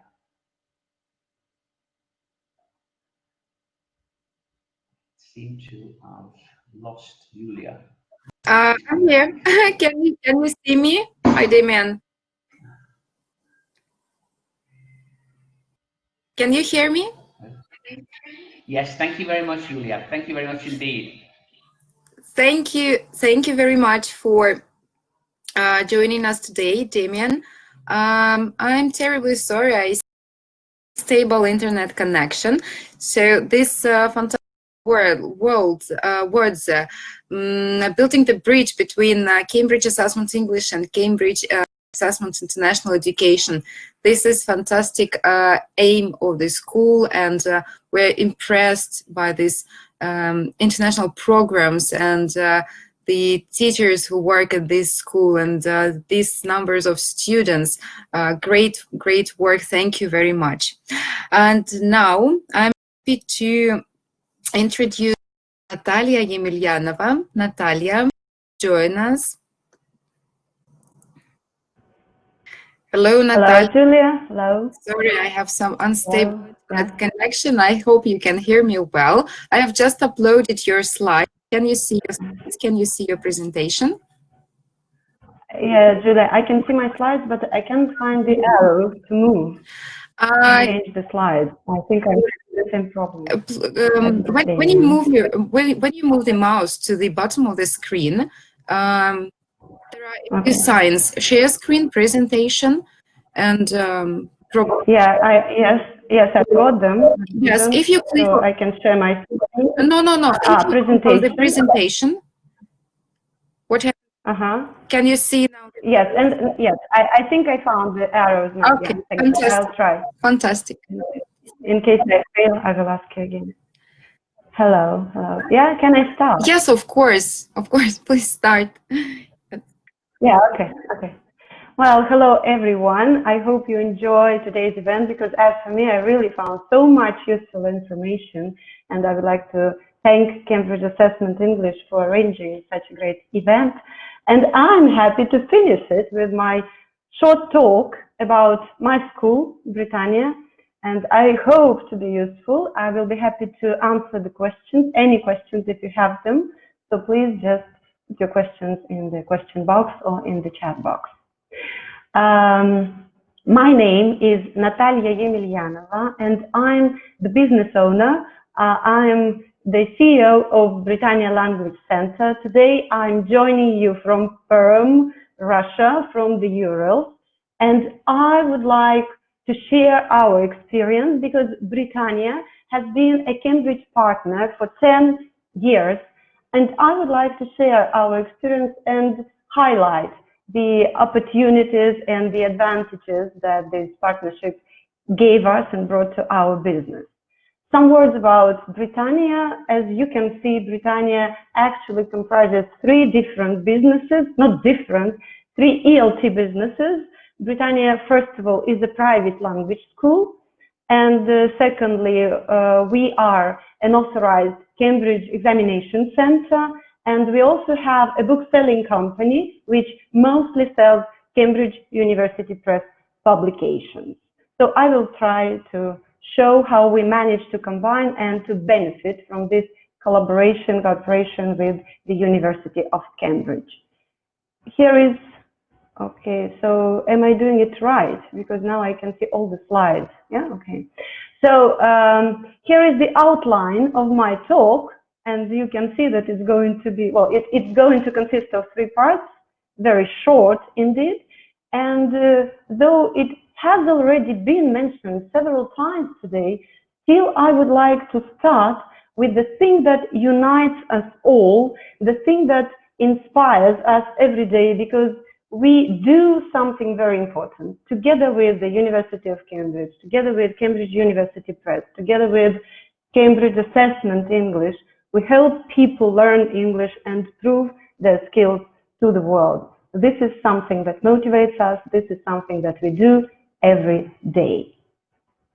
Let me tell you some facts about Britannia, about our school. And here you can see some facts and numbers, what Britannia looks like today. So it is a private language school, and it was founded in 2003. So, well, actually, we are quite old. And in 2010, another important thing happened. Britannia became an authorized examination center. So these are 2 milestones in the history of my business. And on the right part, you can see some numbers. Today, Britannia is quite a big school, actually the biggest in Perm region, because every year there are more than 3,500 students. And those students are of absolutely different ages, beginning from 3.5 years old and with unlimited age. So over 70, this is the age that, well, our students can be. I'm proud of our teaching staff because today there are 70 full-time employed teachers working for Britannia, and they work in 8 branches that we have in Perm and in Perm regions. These numbers allow us to be the leading school in Perm region, but it wasn't always like that. And if you look at the next slide, you will see that before 2010, I would have put 1 fact only, and actually nothing special about it, because before 2010, Britannia used to be a typical private, well, a small language school like many others on the local market. And then we decided to change the situation, and we applied to Cambridge because we really wanted to become an examination center. That was a very ambitious goal, and the goal was to bring independent assessment to Perm and to our school. That was ambitious, but actually it became true. And together with this aim, we brought independent assessment, and we got it, but actually we got much more than that. Today we can talk and we can be proud of several facts. Well, the facts that I have already mentioned, that we are the biggest school in the region and there are 8 branches, and we are the examination center and book selling company. But of course, it didn't happen just overnight. It took many years, as Damien said, and I agree to that. The development is never very fast. It took us 10 years to get where we are today, and those were achievements that we managed to have together with Cambridge. Because if you think about any school, and well, any school like Britannia or any secondary school, actually the main academic and professional development needs are curriculum, teaching and learning materials, teacher training, and assessment. These are the challenges that each academic director, well, needs to meet, to solve. And we started to change our system with the assessment. We introduced a new system of assessment.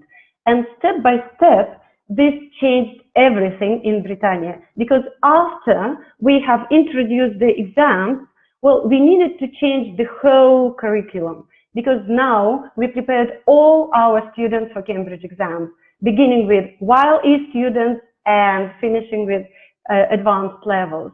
So we stepped the curriculum, and it was possible because we could use Cambridge University Press teaching and learning materials, their course books, their official exam preparation materials, which made it so smooth and easy because these are the official preparation materials. And of course, changing curriculum and the materials, preparing students for final examinations. Well, we needed and we did change the whole teacher training approach in our school. So we didn't expect that, but together with Cambridge exams, actually we got the whole academic solution from Cambridge, the full package that helped us to develop. It was, well, as a business person, I would say that we got a real business model that we could replicate to open new branches, and this business model helped us to grow into the chain of schools in PEM region. And in 3 years, we managed to become the largest commissioned partner, language partner for our local Ministry of Education. And we ran several key projects together with them. I just put two major projects. The first one was SE for teachers, and well, more than 300 teachers participated in it. And the second project is our favorite project, Cambridge English for Schools, well, which we still run in our region. And well, though these are completely different audience, like teachers and students, the base, well, the structure of the project is the same. It always starts with Cambridge placement test, then we teach or train teachers with CUP materials, and then Cambridge qualifications become the point of our destination. So it's really easy to use. And well, I believe that it all looks so nice and easy to do, but the picture wouldn't be complete because the real testament, well, became even more evident this spring 2020, when all the schools had to move digital, had to become, well, had to go online at a very short notice, well, nearly overnight, and Britannia was no exception. And I just can't imagine what we could do without Cambridge, because I can't be thankful enough for this unprecedented help and support that we received from Cambridge. Well, Cambridge University Press and Cambridge Assessment English. First, Cambridge University Press helped us and provided the free access to all digital resources so that our teachers could give their lessons from home, and all the standards were the same. We managed to provide and to maintain the same standards of teaching because all the resources were available for the teachers and for the students. And we also appreciate Cambridge Assessment English help because, well, they really showed great flexibility in changing exam dates, in weekly webinars just to update information because it was changing every day, and a lot of online preparation resources, and many, many other things. And I think that this period of our partnership makes it even more valuable because you understand that overcoming any difficulties is the most valuable part in any collaboration. That's why I'm really honored to say that this partnership and the solution that Cambridge can provide to your school are really worth trying, and implementing. And actually, that's probably the logical end of my presentation, because I hope that we will all get through today's situation and we will come out of it even stronger and more prepared for any challenges of the future and for better learning, because today we saw that Cambridge, University of Cambridge and its department can offer today absolutely fantastic solutions for our better learning. Here are my contacts. Well, if you have any questions, you may contact me, or if you have any questions, I would be happy to answer them. Thank you for being with us for the whole day, and I hope you got something useful that you can use in your work. Thank you, Julia.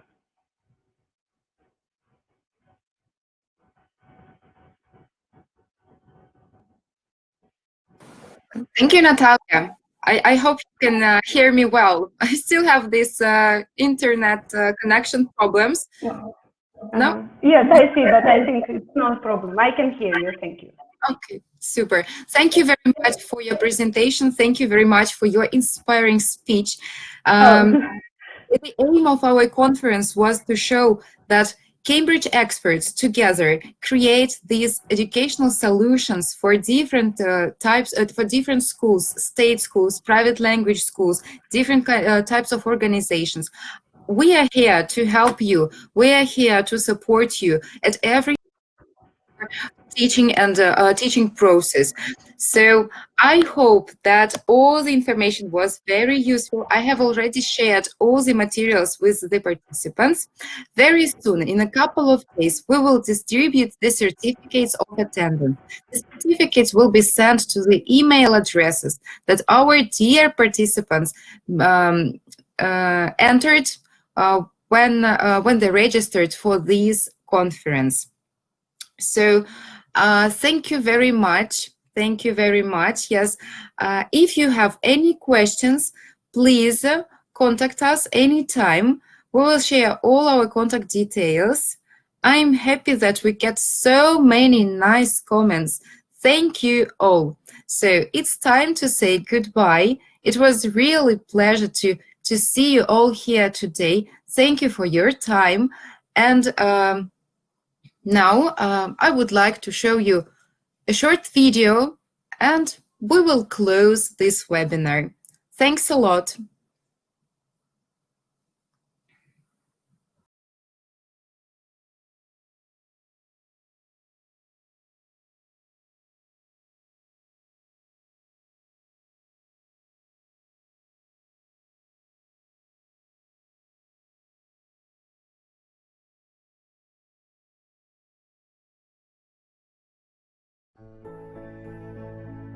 From small steps to big ideas, language is at the heart of who we are. We talk it through, we hear you out, we write the words, we read out loud. It's finding the way, exploring new places, discovering new people, and making the difference. It's stories to hear, tales to tell, opening doors and opening minds. Don't just write, communicate. Don't just talk, discuss, debate. Announce yourself, make a noise, speak your mind, and prove your skills to the world. So spread your wings, expand your horizons. It's a big world out there, and this is your journey. With us, you'll be inspired, you'll be supported, you'll be your best. This is more than learning English. These are your hopes and dreams. We are Cambridge Assessment English, and we're here for every learner, every step of the way.